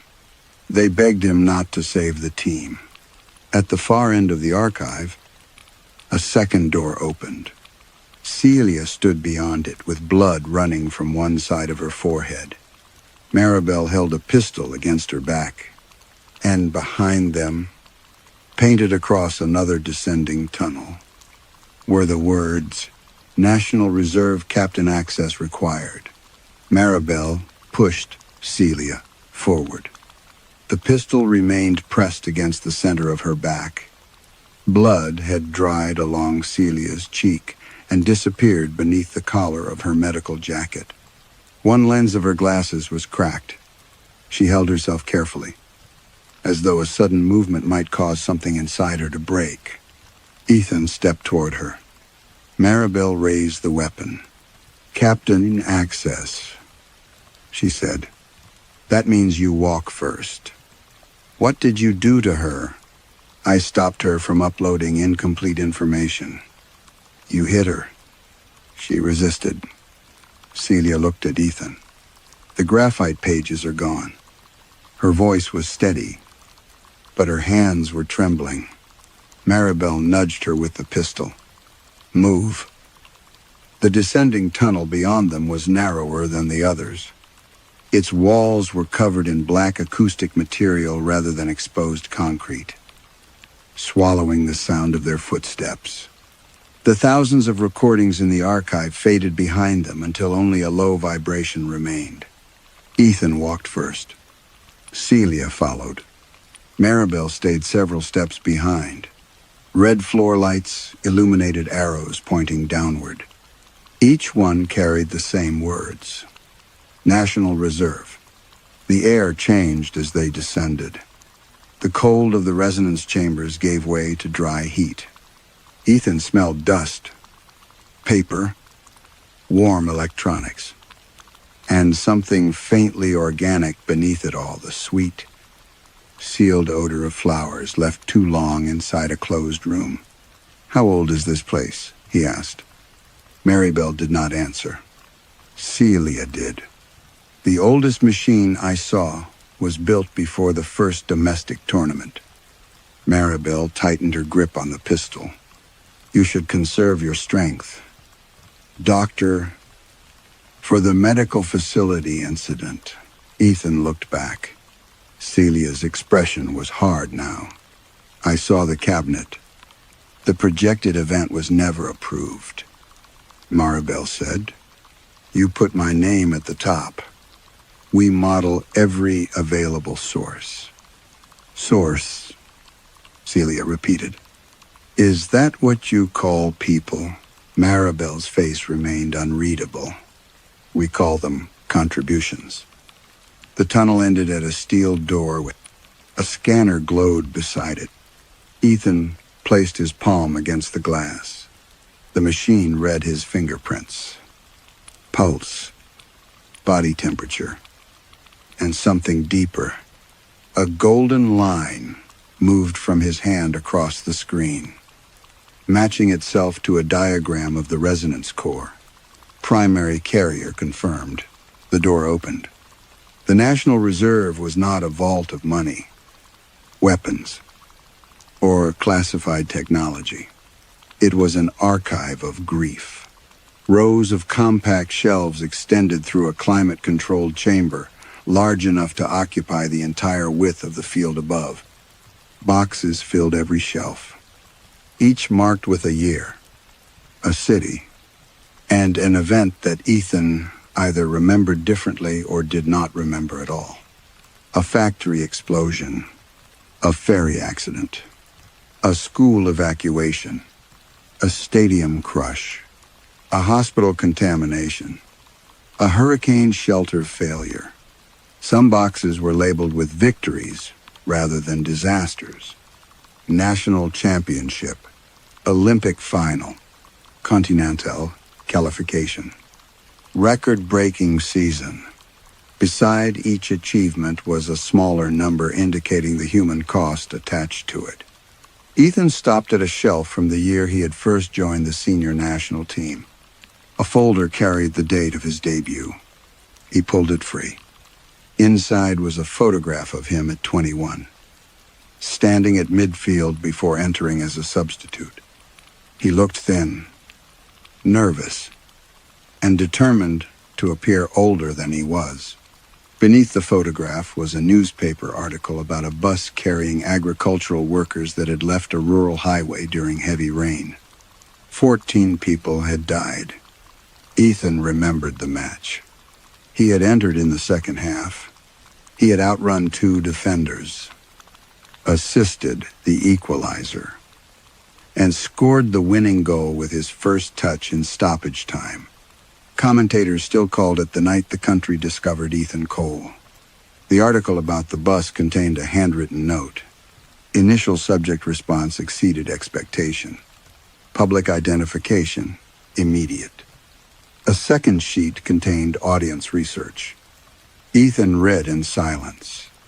Viewers described him as sincere, humble, disciplined, trustworthy, a young man willing to carry responsibility. Several participants had said they would accept personal hardship if someone like Ethan told them it served a larger purpose. He looked at Maribel. You were studying me. Not me, personally. Who? People who understood that talent alone would never make this country care. Ethan turned another page. It contained transcripts from interviews he had given during his early career. Every sentence about sacrifice had been underlined. My parents gave up a lot so I could be here. You have to suffer for something greater than yourself. When you wear the national shirt, your private life comes second. In the margins, analysts had written notes. High moral conversion value. Audience accepts loss when framed through subject. Subject believes his own message. Ethan's fingers tightened around the paper. You chose me because I could play. Maribel's answer came softly. No, many people can play. You chose me because people trusted me. We chose you because you made sacrifice sound clean. The words struck harder than the pistol could have. Celia moved beside Ethan and read over his shoulder. There are files from before his professional career. She pointed toward a thinner folder at the back. Ethan opened it. Youth tournaments. School interviews. A newspaper photograph of him at 14, holding a regional trophy while his mother stood behind a chain-link fence. A transcript from a local television segment showed the young Ethan saying that his family's financial struggles would be worth it if he succeeded. There were psychological assessments he had never taken. Notes about his relationship with his father, his need to repay his mother, his tendency to convert guilt into discipline, his belief that absence could be forgiven if it produced achievement. The file knew him more completely than he knew himself. You watched me as a child, Ethan said. The system identifies compatible carriers early. Carriers of what? Maribel glanced toward the shelves. Memory. Ethan thought of every name that remained inside him after vanishing from records and families. I am not receiving strength the same way as the others. No. I'm holding the people you erase. You are holding their final social imprint. Enough remains inside you to stabilize the transfer. Why? Because grief cannot be destroyed, only moved. Celia stared at her. You put it into him. We attached it to someone the public already wanted to praise. The low vibration beneath the archive strengthened. Somewhere above, Empty seats were beginning to fill for the semi-final rehearsals. Stadium microphones captured every cheer and fed it downward. Maribel continued. Tragedy creates unstable emotional energy. Fear, anger, sorrow, helplessness, left alone. It divides people. It produces blame, investigation, shame. So you turn it into celebration. Ethan said, celebration gives it direction. You murder people. We select events already made possible by negligence, poor planning, institutional weakness, human error. You lock the doors. Sometimes, you disable the power. When necessary, you collapse bridges. We make certain that preventable failure becomes useful. Ethan stepped toward her. The pistol shifted from Celia to him. Maribel's voice sharpened. Do you believe the country would remember those victims for long without us? A week, a month. They would become numbers beneath advertisements and weather reports. We give their deaths permanence. You erase their names. We preserve their effect. Celia laughed once, without humor. You preserve the metal.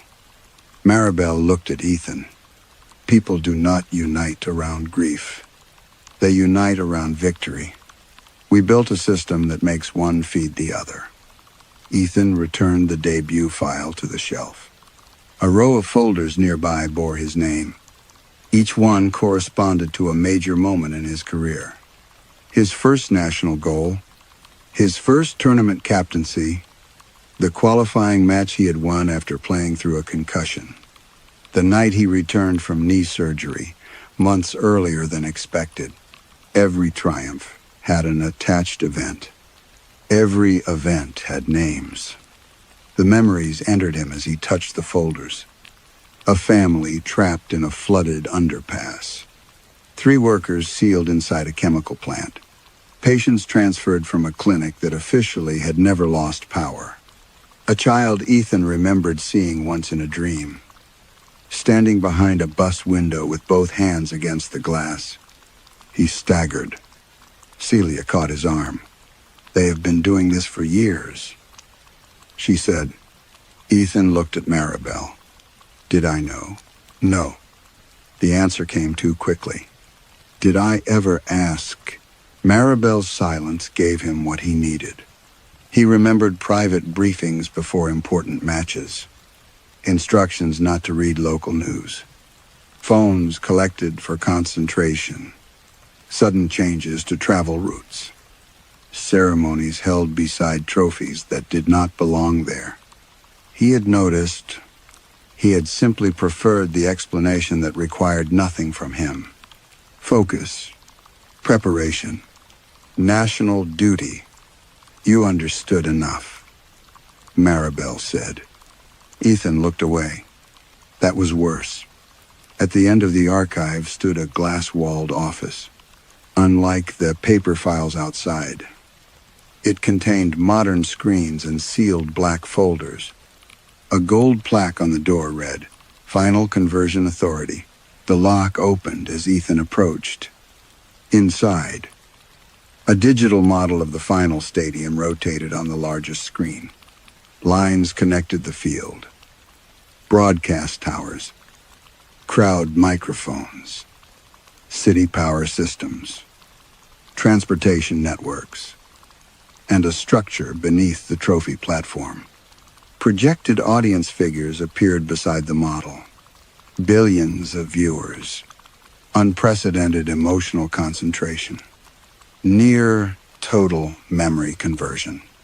A black folder rested alone on the desk. Final source. Ethan did not touch it. He already knew. His body knew before his mind permitted the thought. The sweet smell in the archive intensified. Audrey's perfume. The faint vanilla soap Miles used because stronger scents irritated his skin. No, Ethan said. Maribel lowered the pistol. For the first time, something resembling pity appeared in her face. The final requires a sacrifice the carrier cannot treat as abstract. Ethan opened the folder. The first photograph showed Audrey leaving their home with a grocery bag in one arm. The second showed Miles outside his school. Others had been taken through windows, across parking lots, from vehicles following them through Maryland. There were medical histories, daily routines, security assessments, emergency contact information, a map of their house, a drawing Miles had made of Ethan lifting the World Cup trophy while Audrey stood beside him. Below the drawing was a schedule. They were due to arrive at the final as official family guests. A secure vehicle would collect them from the airport. The planned route passed through an underground service entrance marked as vulnerable to a ventilation fire. Projected casualties 2. Projected national grief immeasurable. Projected athletic conversion decisive. Ethan could not feel the floor beneath him. Celia reached for the folder, but he pulled it closer. A final page contained 2 possible outcomes. Captain scores winning goal, complete conversion. Captain refuses memory instability across national network. Audrey and Miles's names had been printed beneath the first outcome. Beside each was a status box. Audrey's read, source confirmed. Mila's read, source confirmed. Ethan looked at Maribel. Where are they? They are safe. Where? For now, he moved toward her. She raised the pistol again, but her hand was no longer steady. They were supposed to fly tomorrow, Ethan said. Maribel said nothing. He pulled out his phone. There was still no signal, but one new message appeared on the screen. It had been sent from Audrey's number. A photograph loaded slowly. Audrey and Miles sat inside a windowless vehicle. Both appeared unconscious. Miles's plastic trophy rested on the seat between them. Beneath the image was a live location marker. It was not in Maryland. It was moving beneath the stadium. Then the large screen changed. The model of the final disappeared. A security feed filled the display. The vehicle entered an underground chamber lined with gold metal ribs. Audrey's head moved weakly against the window. Miles opened his eyes. He looked directly into the hidden camera. Then he lifted the plastic trophy to his ear. "Dad," he whispered through the archive speakers. "The people inside say you already chose." Miles's voice remained in the archive after the security feed went silent. Ethan stood before the black screen, holding the file so tightly that the pages bent beneath his fingers. The photograph of Audrey and Miles stared up at him from the folder. Their images had been classified, evaluated, and reduced to projected emotional values. Not wife, not son. Sources. He turned toward Maribel. "Open the chamber. I cannot. You brought them here."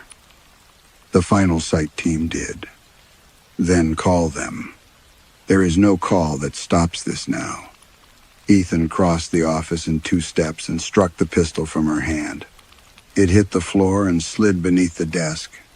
Maribel did not resist when he seized her by the throat of her jacket and drove her against the glass wall. "Where are they?" "Beneath the final stadium." "Which room?" "The exact location changes every hour." "Why?" "To prevent interference." "From whom?" "From you." Celia retrieved the pistol but did not raise it. She stood near the doorway, one hand pressed against the injury on her forehead. Ethan tightened his grip. "They are alive." "Yes. You said the fire would happen when they arrived for the final. That was the public model. What is the real plan?" Maribel looked at him with a calm that no longer seemed professional. It seemed practiced. the composure of someone who had imagined this confrontation many times. The source event has already begun. Ethan released her. On the desk, the final model reappeared. A three-dimensional diagram of the final stadium unfolded across the screen. Far beneath the field, below the service tunnels and broadcast chambers, a circular room pulsed with gold light. Two living indicators glowed inside it. Audrey Cole, Meals Cole. Their heart rates moved beside their names. They're inside the resonance system, Celia said. Maribel adjusted her jacket. The chamber is controlled. Air, temperature, sound, medical stability. Nothing happens before the designated moment. You called it a ventilation fire. Ethan said, the public needs an event it can understand. And what actually kills them? Maribel looked toward the golden chamber on the model. The transfer. Silence settled over the office. Celia approached the screen. What kind of transfer? The final requires concentrated personal grief from the primary carrier. Ethan must experience the loss while billions of people experience his victory. Ethan stared at the two heart rate lines. Their deaths aren't enough. No, Maribel said. They have to die while I'm playing. They must begin dying while the match remains undecided. Celia's face tightened. And the winning goal completes it. Maribel nodded. The goal will trigger the largest synchronized celebration in recorded history. Every broadcast signal, crowd microphone, stadium sensor, phone stream, and public viewing site will feed that response into the reserve and erase them, Ethan said. Completely. From records, from memory. My memory, too. Maribel hesitated. That was answer enough. Ethan looked back at the photographs. He imagined returning home after the tournament to an empty house and feeling no absence. He might find Audrey's clothes and assume they belonged to someone forgotten after a move. He might see Miles's bedroom and believe it had always been a storage room. Perhaps photographs would change.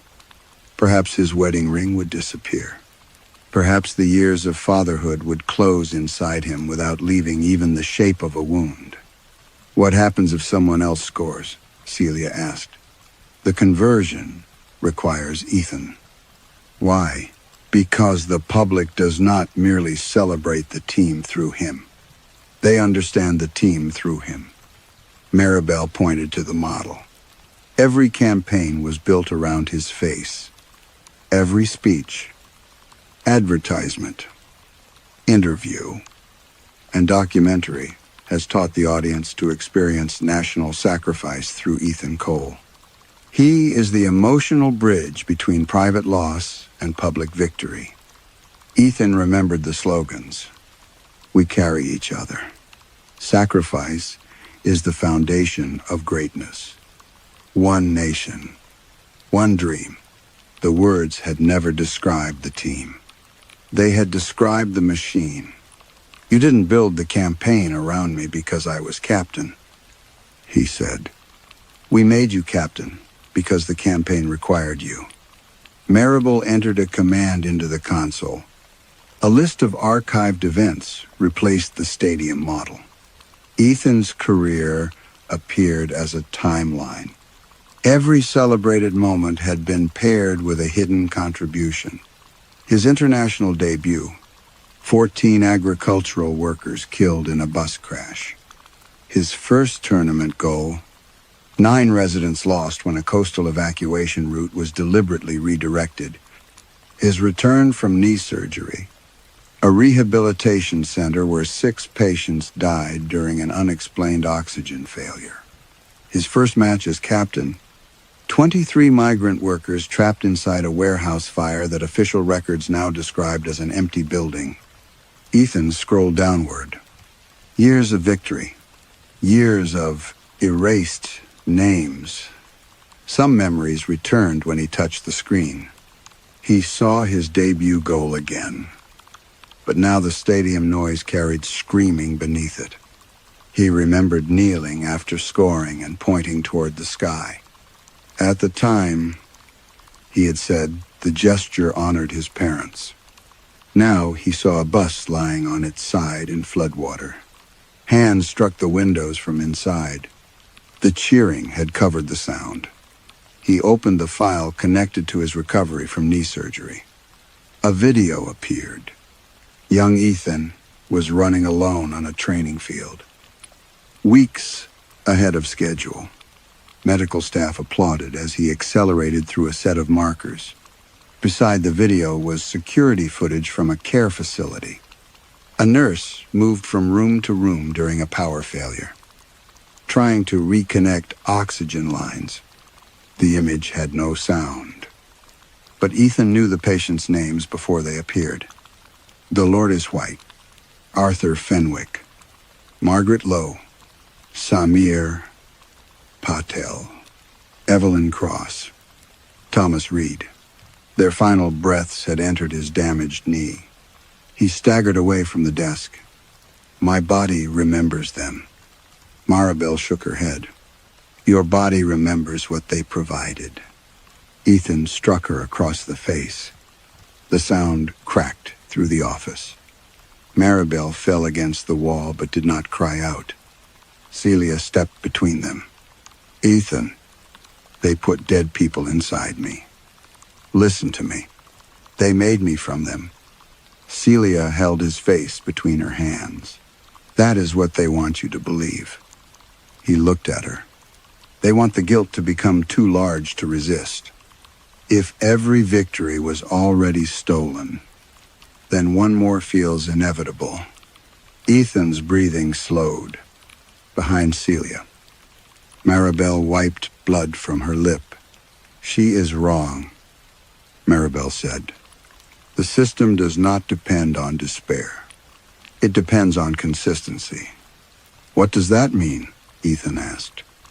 It means you have made the same choice all your life. I never knew. You knew that Audrey was alone while you trained. You knew Miles was learning to recognize you from screens. You knew your mother worked nights while you traveled to youth tournaments. You knew people around you absorbed the cost of your ambition. That is not the same as murder. No, Maribel said. But the belief is the same. She approached him slowly. You believe suffering becomes meaningful when it produces success. Ethan wanted to reject the words. Instead, he heard himself in interviews.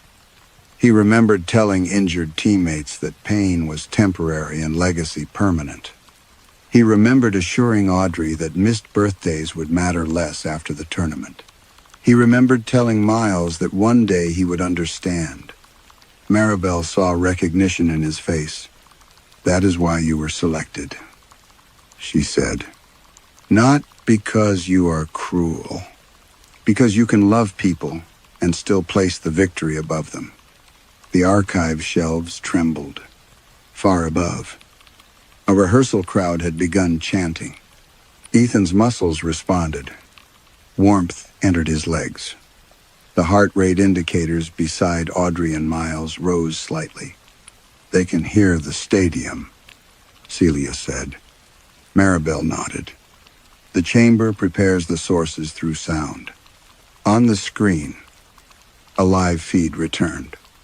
Audrey was awake now. She sat on the floor of a circular gold room, holding Miles against her. Neither appeared injured. The walls around them were covered with small perforations like those on the trophy replicas. Audrey looked toward a camera. Ethan, he moved closer to the screen. I'm here. She could not hear him. Miles pressed his ear against the wall. Voices whispered through the chamber. The forgotten dead. Audrey pulled him away. A speaker above the screen activated. Her voice entered the office with a delay. They keep showing us your goals. Ethan touched the glass. Audrey, every time the crowd cheers. The room gets warmer. Miles looked at the camera. Dad, are you winning? Ethan closed his eyes. Celia searched the console. There must be a release control. There is, Maribel said. Show me. It is connected to the final. Celia turned. What does that mean? If Ethan refuses to play? The chamber enters emergency conversion. Audrey and Miles die, but their memories remain unstable. The public may remember fragments, and if he plays but doesn't score, the system continues drawing from them until the match ends. Their suffering may last hours. Ethan opened his eyes.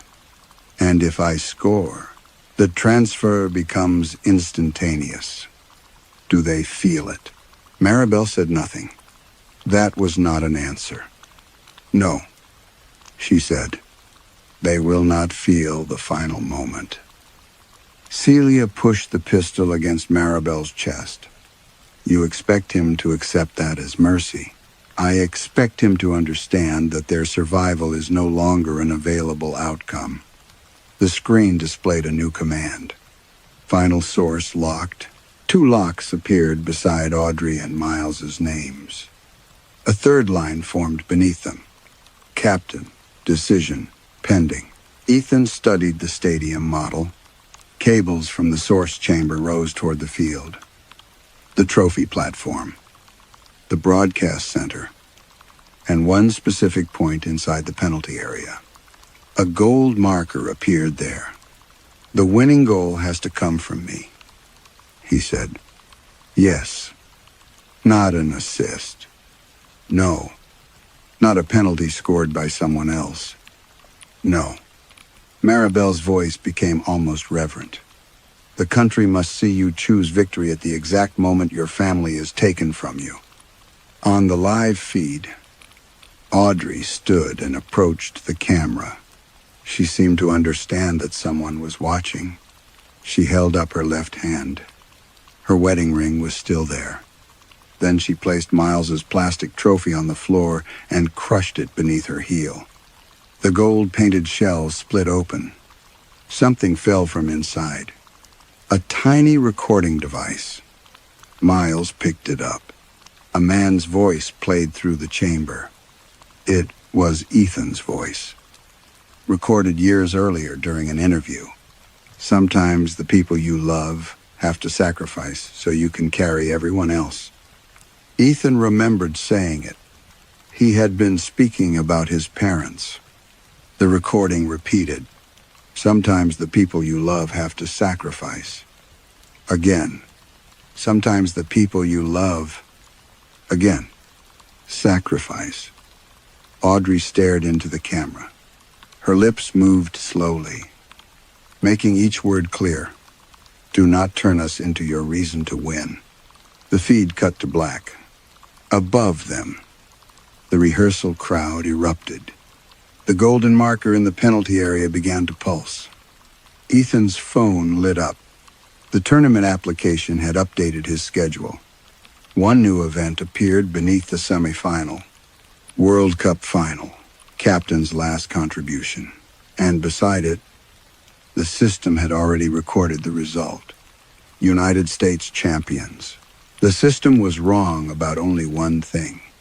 It had recorded the final result before Ethan decided whether the match would finish. The United States reached the final 3 days later. Officially, the semifinal had been another miracle. Ethan's teammates had overwhelmed their opponents during the second half, scoring twice after the stadium lights dimmed. Commentators praised the team's stamina, unity, and refusal to surrender. Ethan remembered the truth. He had spent the match trying not to touch the ball. Each time the crowd chanted, power moved through his body. Each time he resisted it, Nolan or Samuel received more. The system did not require Ethan to win the semifinal himself. It only required him to remain inside the circuit. After the match, Celia disappeared. Tournament officials claimed she had suffered a concussion and returned home for medical treatment. Ethan knew no one had allowed her to leave. Her name vanished from the staff list before sunrise. Maribel remained beside the team. A bruise darkened one side of her face, but no one asked where it had come from. Neither Audrey nor Miles appeared in any family broadcast. When Ethan asked about them, officials showed him a brief security feed from the chamber beneath the final stadium. Audrey was alive. Miles was alive. Their heart rates were stable. The message was simple. Play. The final took place beneath a closed roof in New York. Hours before kickoff, crowds filled the streets surrounding the stadium. Public screens had been erected in every host city. Schools dismissed students early. Factories adjusted shifts. Hospitals moved televisions into hallways. More people would watch this match than any sporting event in history. The system had arranged the audience it needed. Inside the tunnel, Ethan stood at the front of the national team. The trophy waited beside the field entrance. No security case surrounded it now. It rested on a black pedestal, close enough to touch. Its gold surface reflected Ethan's face in two narrow halves. The players behind him shifted restlessly. Nolan pressed a fist against his chest. Samuel rolled his shoulders as though preparing for a fight rather than a match. "You hear them?" Ethan asked. Nolan did not look at him.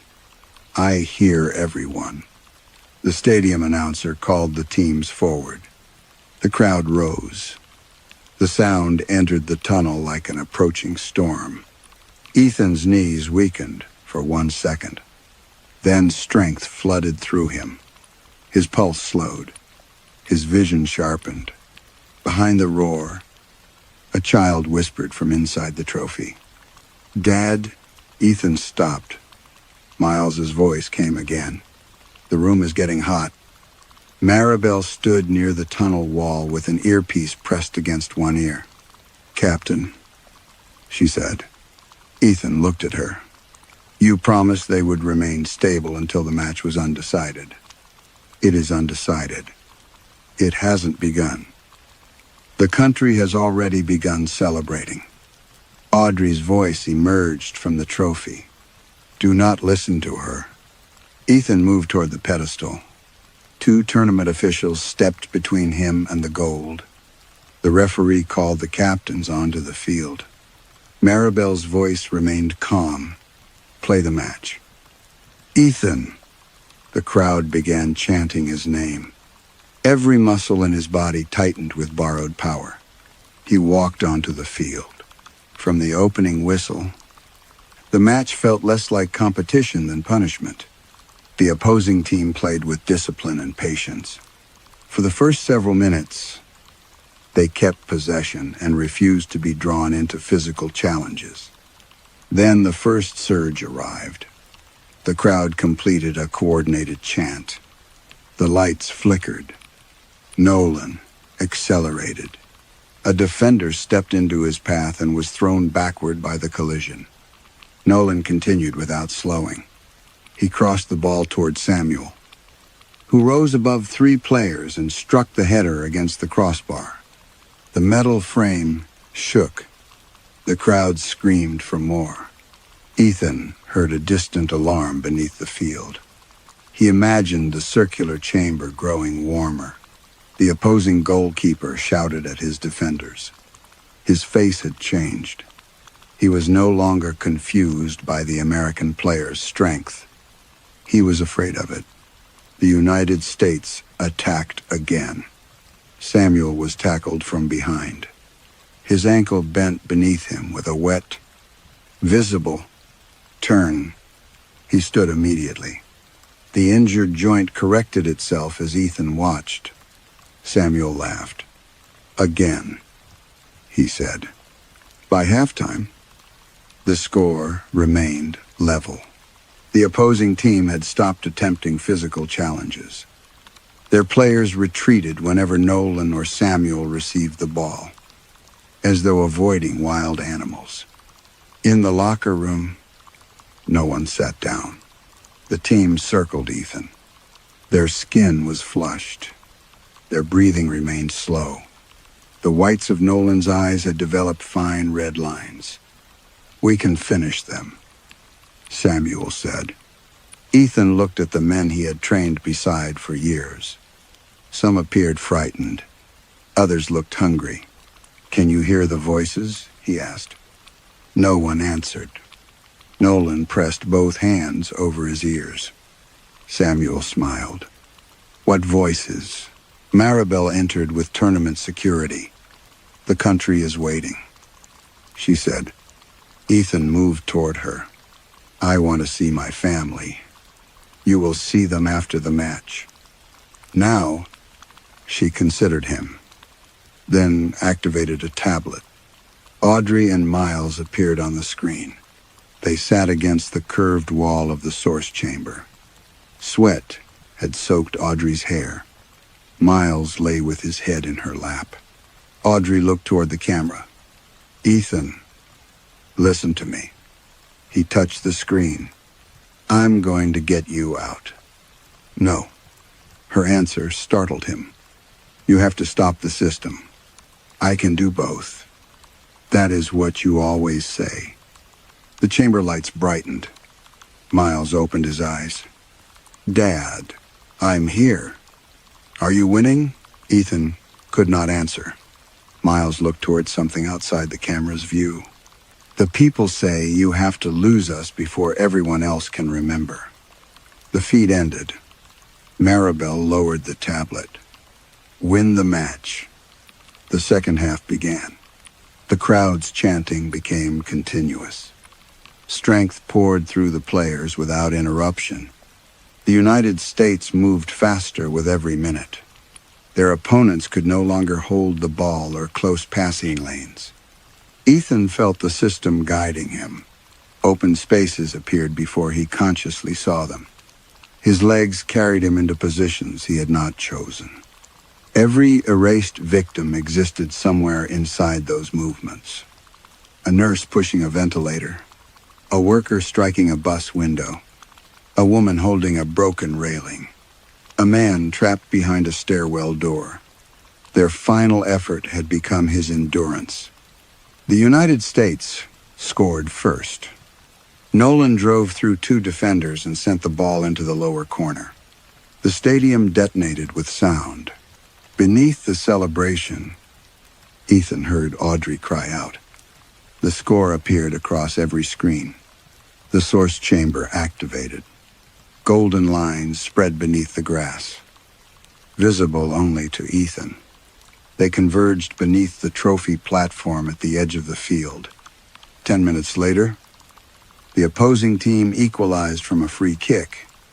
The crowd fell silent for less than a breath. Then it began calling Ethan's name. The system had reached its intended moment. The match entered its final minutes. Ethan's teammates pressed forward. The opposing defenders had exhausted themselves trying to resist bodies that no longer tired. One fell with a muscle injury. Another vomited beside the penalty area and forced himself upright. Still, they defended. Perhaps they understood that the match meant more than a trophy. Perhaps they had heard the voices too. The final minute began. Samuel recovered the ball near midfield and passed to Nolan. Nolan turned. 3 defenders moved toward him. He ran through the first challenge, avoided the second, and sent the ball into open space ahead of Ethan.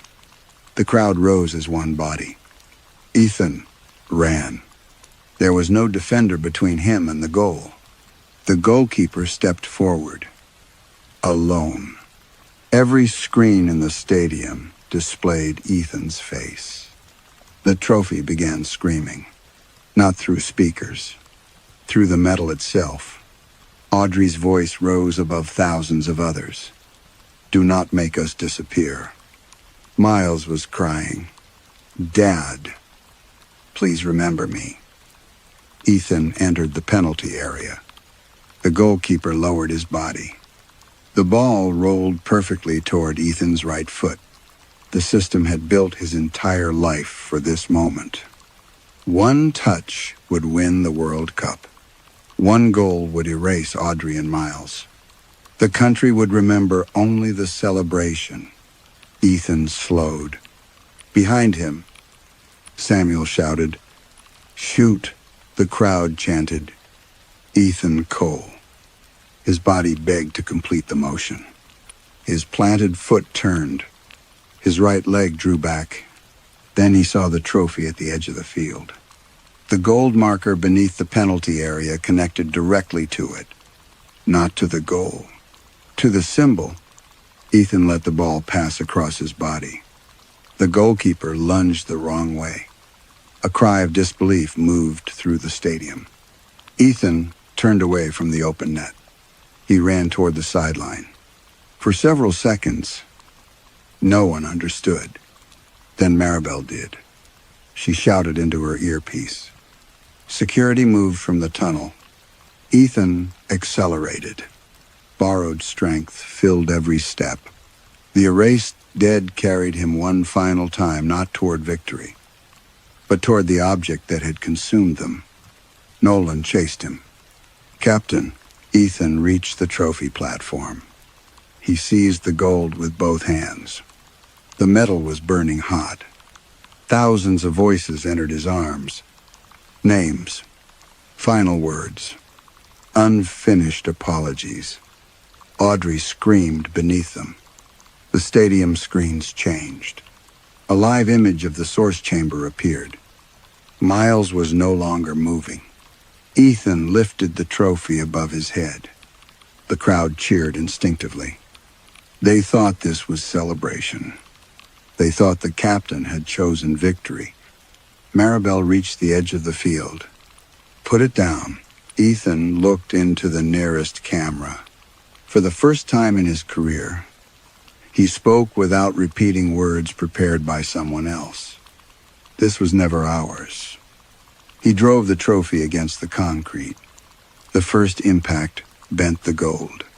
The second opened a thin black crack through the world held between its figures. The stadium lights failed. Darkness swallowed the field. Inside the crack, something began to sing. Ethan raised the trophy again. Before he struck the final blow, Miles's voice whispered from within the metal. "Dad, when it breaks, don't let them stop listening." Ethan brought the trophy down. The gold split open, and every screen in the world filled with the first erased name. The first name remained on every screen for 4 seconds. Caleb Morris. No score. No replay. No sponsor logo. Only the name. White against black. Accompanied by the sound of a man struggling to breathe behind a locked door. Then another appeared. Nadine. Bell. A woman's voice said that the alarm had never sounded. A third name replaced hers. Then a fourth. The stadium remained dark, but the broadcast continued. Thousands of phones still streamed from the stands. Emergency cameras switched to backup power. Public screens in city squares. Hospitals. Airports. Schools. And military bases displayed one erased name after another. With each name came a voice. Not a complete recording. A final fragment. A place. A warning. Someone asking a stranger to remember that they had existed. The crowd no longer cheered. They listened. Ethan knelt beside the shattered trophy. Its gold shell had split into 2 uneven pieces. Inside, there were no gears or wires. The metal contained a dark hollow deeper than the trophy's physical shape should have allowed. Voices rose from it like air escaping a buried room. Maribel reached him first. She dropped to her knees and tried to fit the broken pieces together. "What have you done?" Ethan pushed her away.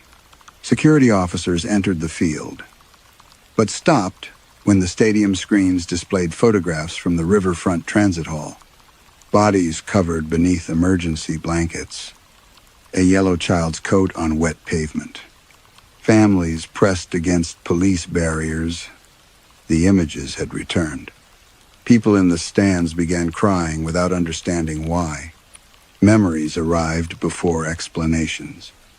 A woman in the lower seats shouted her brother's name. Marcus Hull. She repeated it until her voice broke.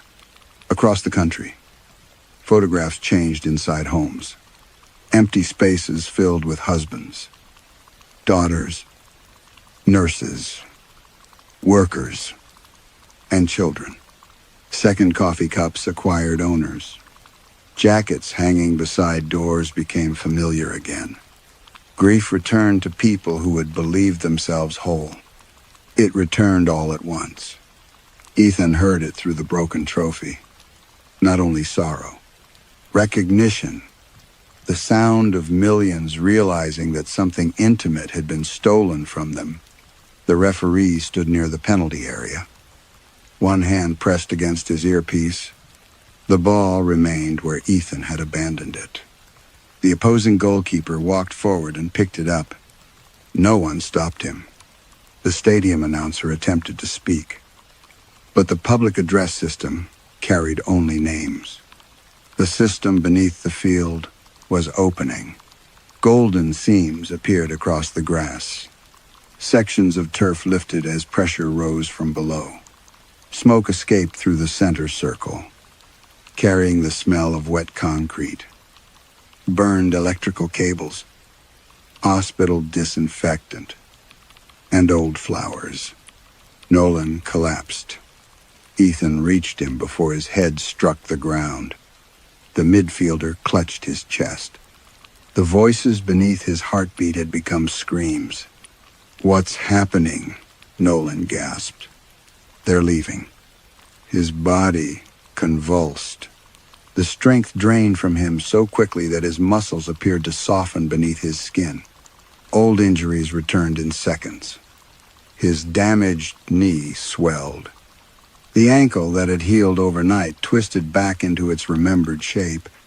Around the field, other players fell. Samuel screamed as his shoulder dislocated. Scars reappeared. Fractures returned as deep aches and crooked lines beneath the skin.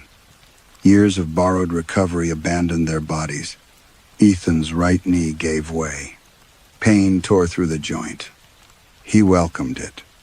It belonged to him. The stadium lights returned in weak red strips. On the largest screen, the source chamber appeared. Audrey lay against the curved wall with Miles in her arms. The gold ribs surrounding them had split. Steam filled the room. Ethan crawled toward the screen. Audrey, she moved. Barely. Miles did not. Emergency personnel appeared at the chamber entrance. But the door would not open. They struck its locking mechanism with tools while heat distorted the camera image. Ethan searched the field for Maribel. She stood beside the broken trophy, watching the feed. "Release them," he said. "The controls are gone. You built the system. I maintained it. Open the room." "I can't." He seized her by the coat. On the screen, Audrey lifted her face. Her lips moved. The broadcast amplified her voice. "Ethan, I'm here." She looked down at Miles. "He remembered you." The words entered every broadcast carrying the final. Ethan stopped breathing.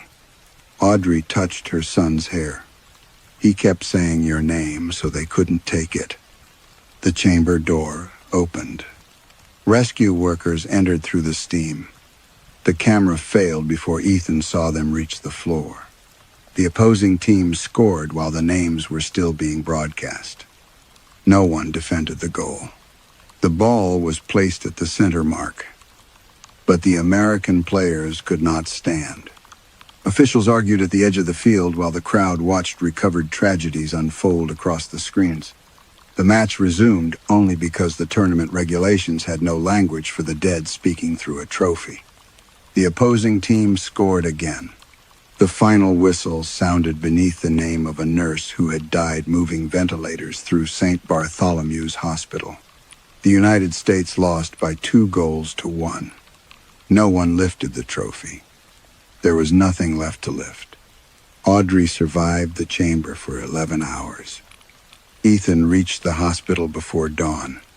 He found her connected to machines in a guarded room.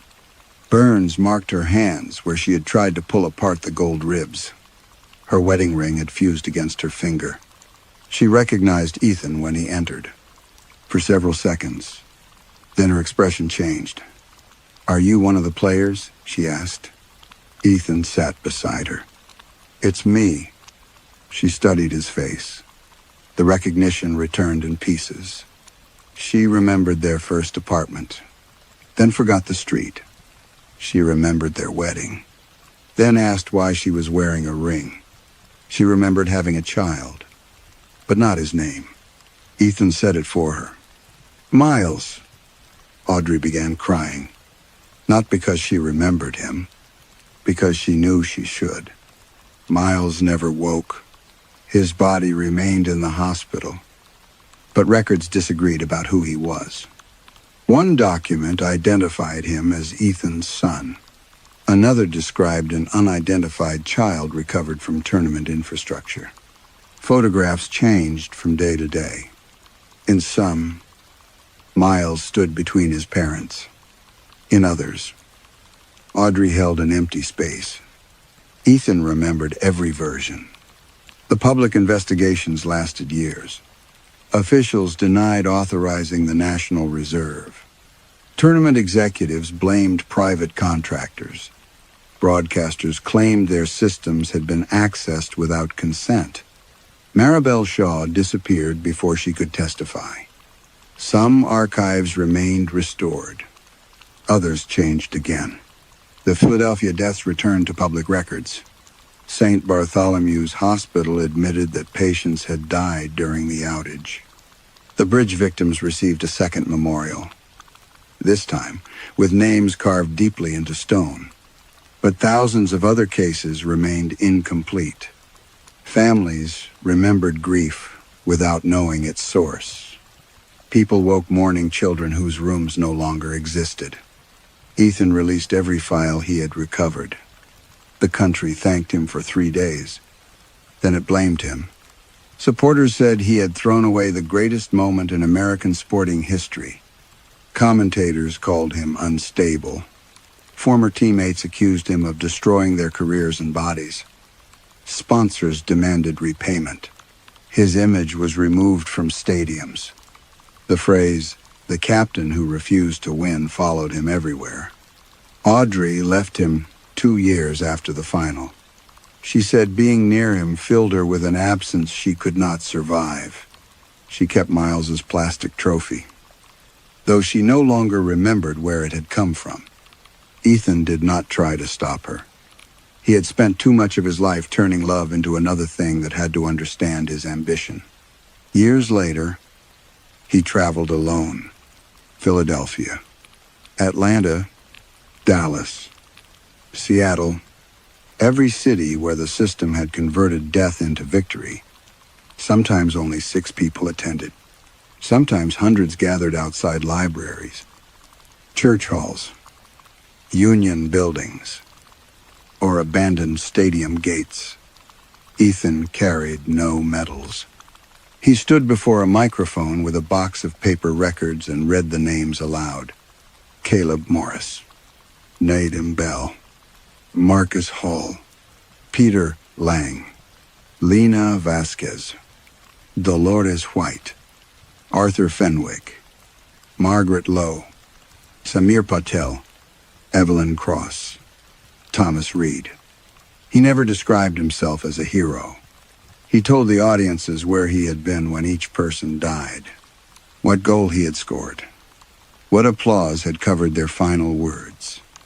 When someone asked whether speaking the names could bring the victims back, Ethan always gave the same answer: no. Then he continued reading. On the 10th anniversary of the final, he returned to the stadium.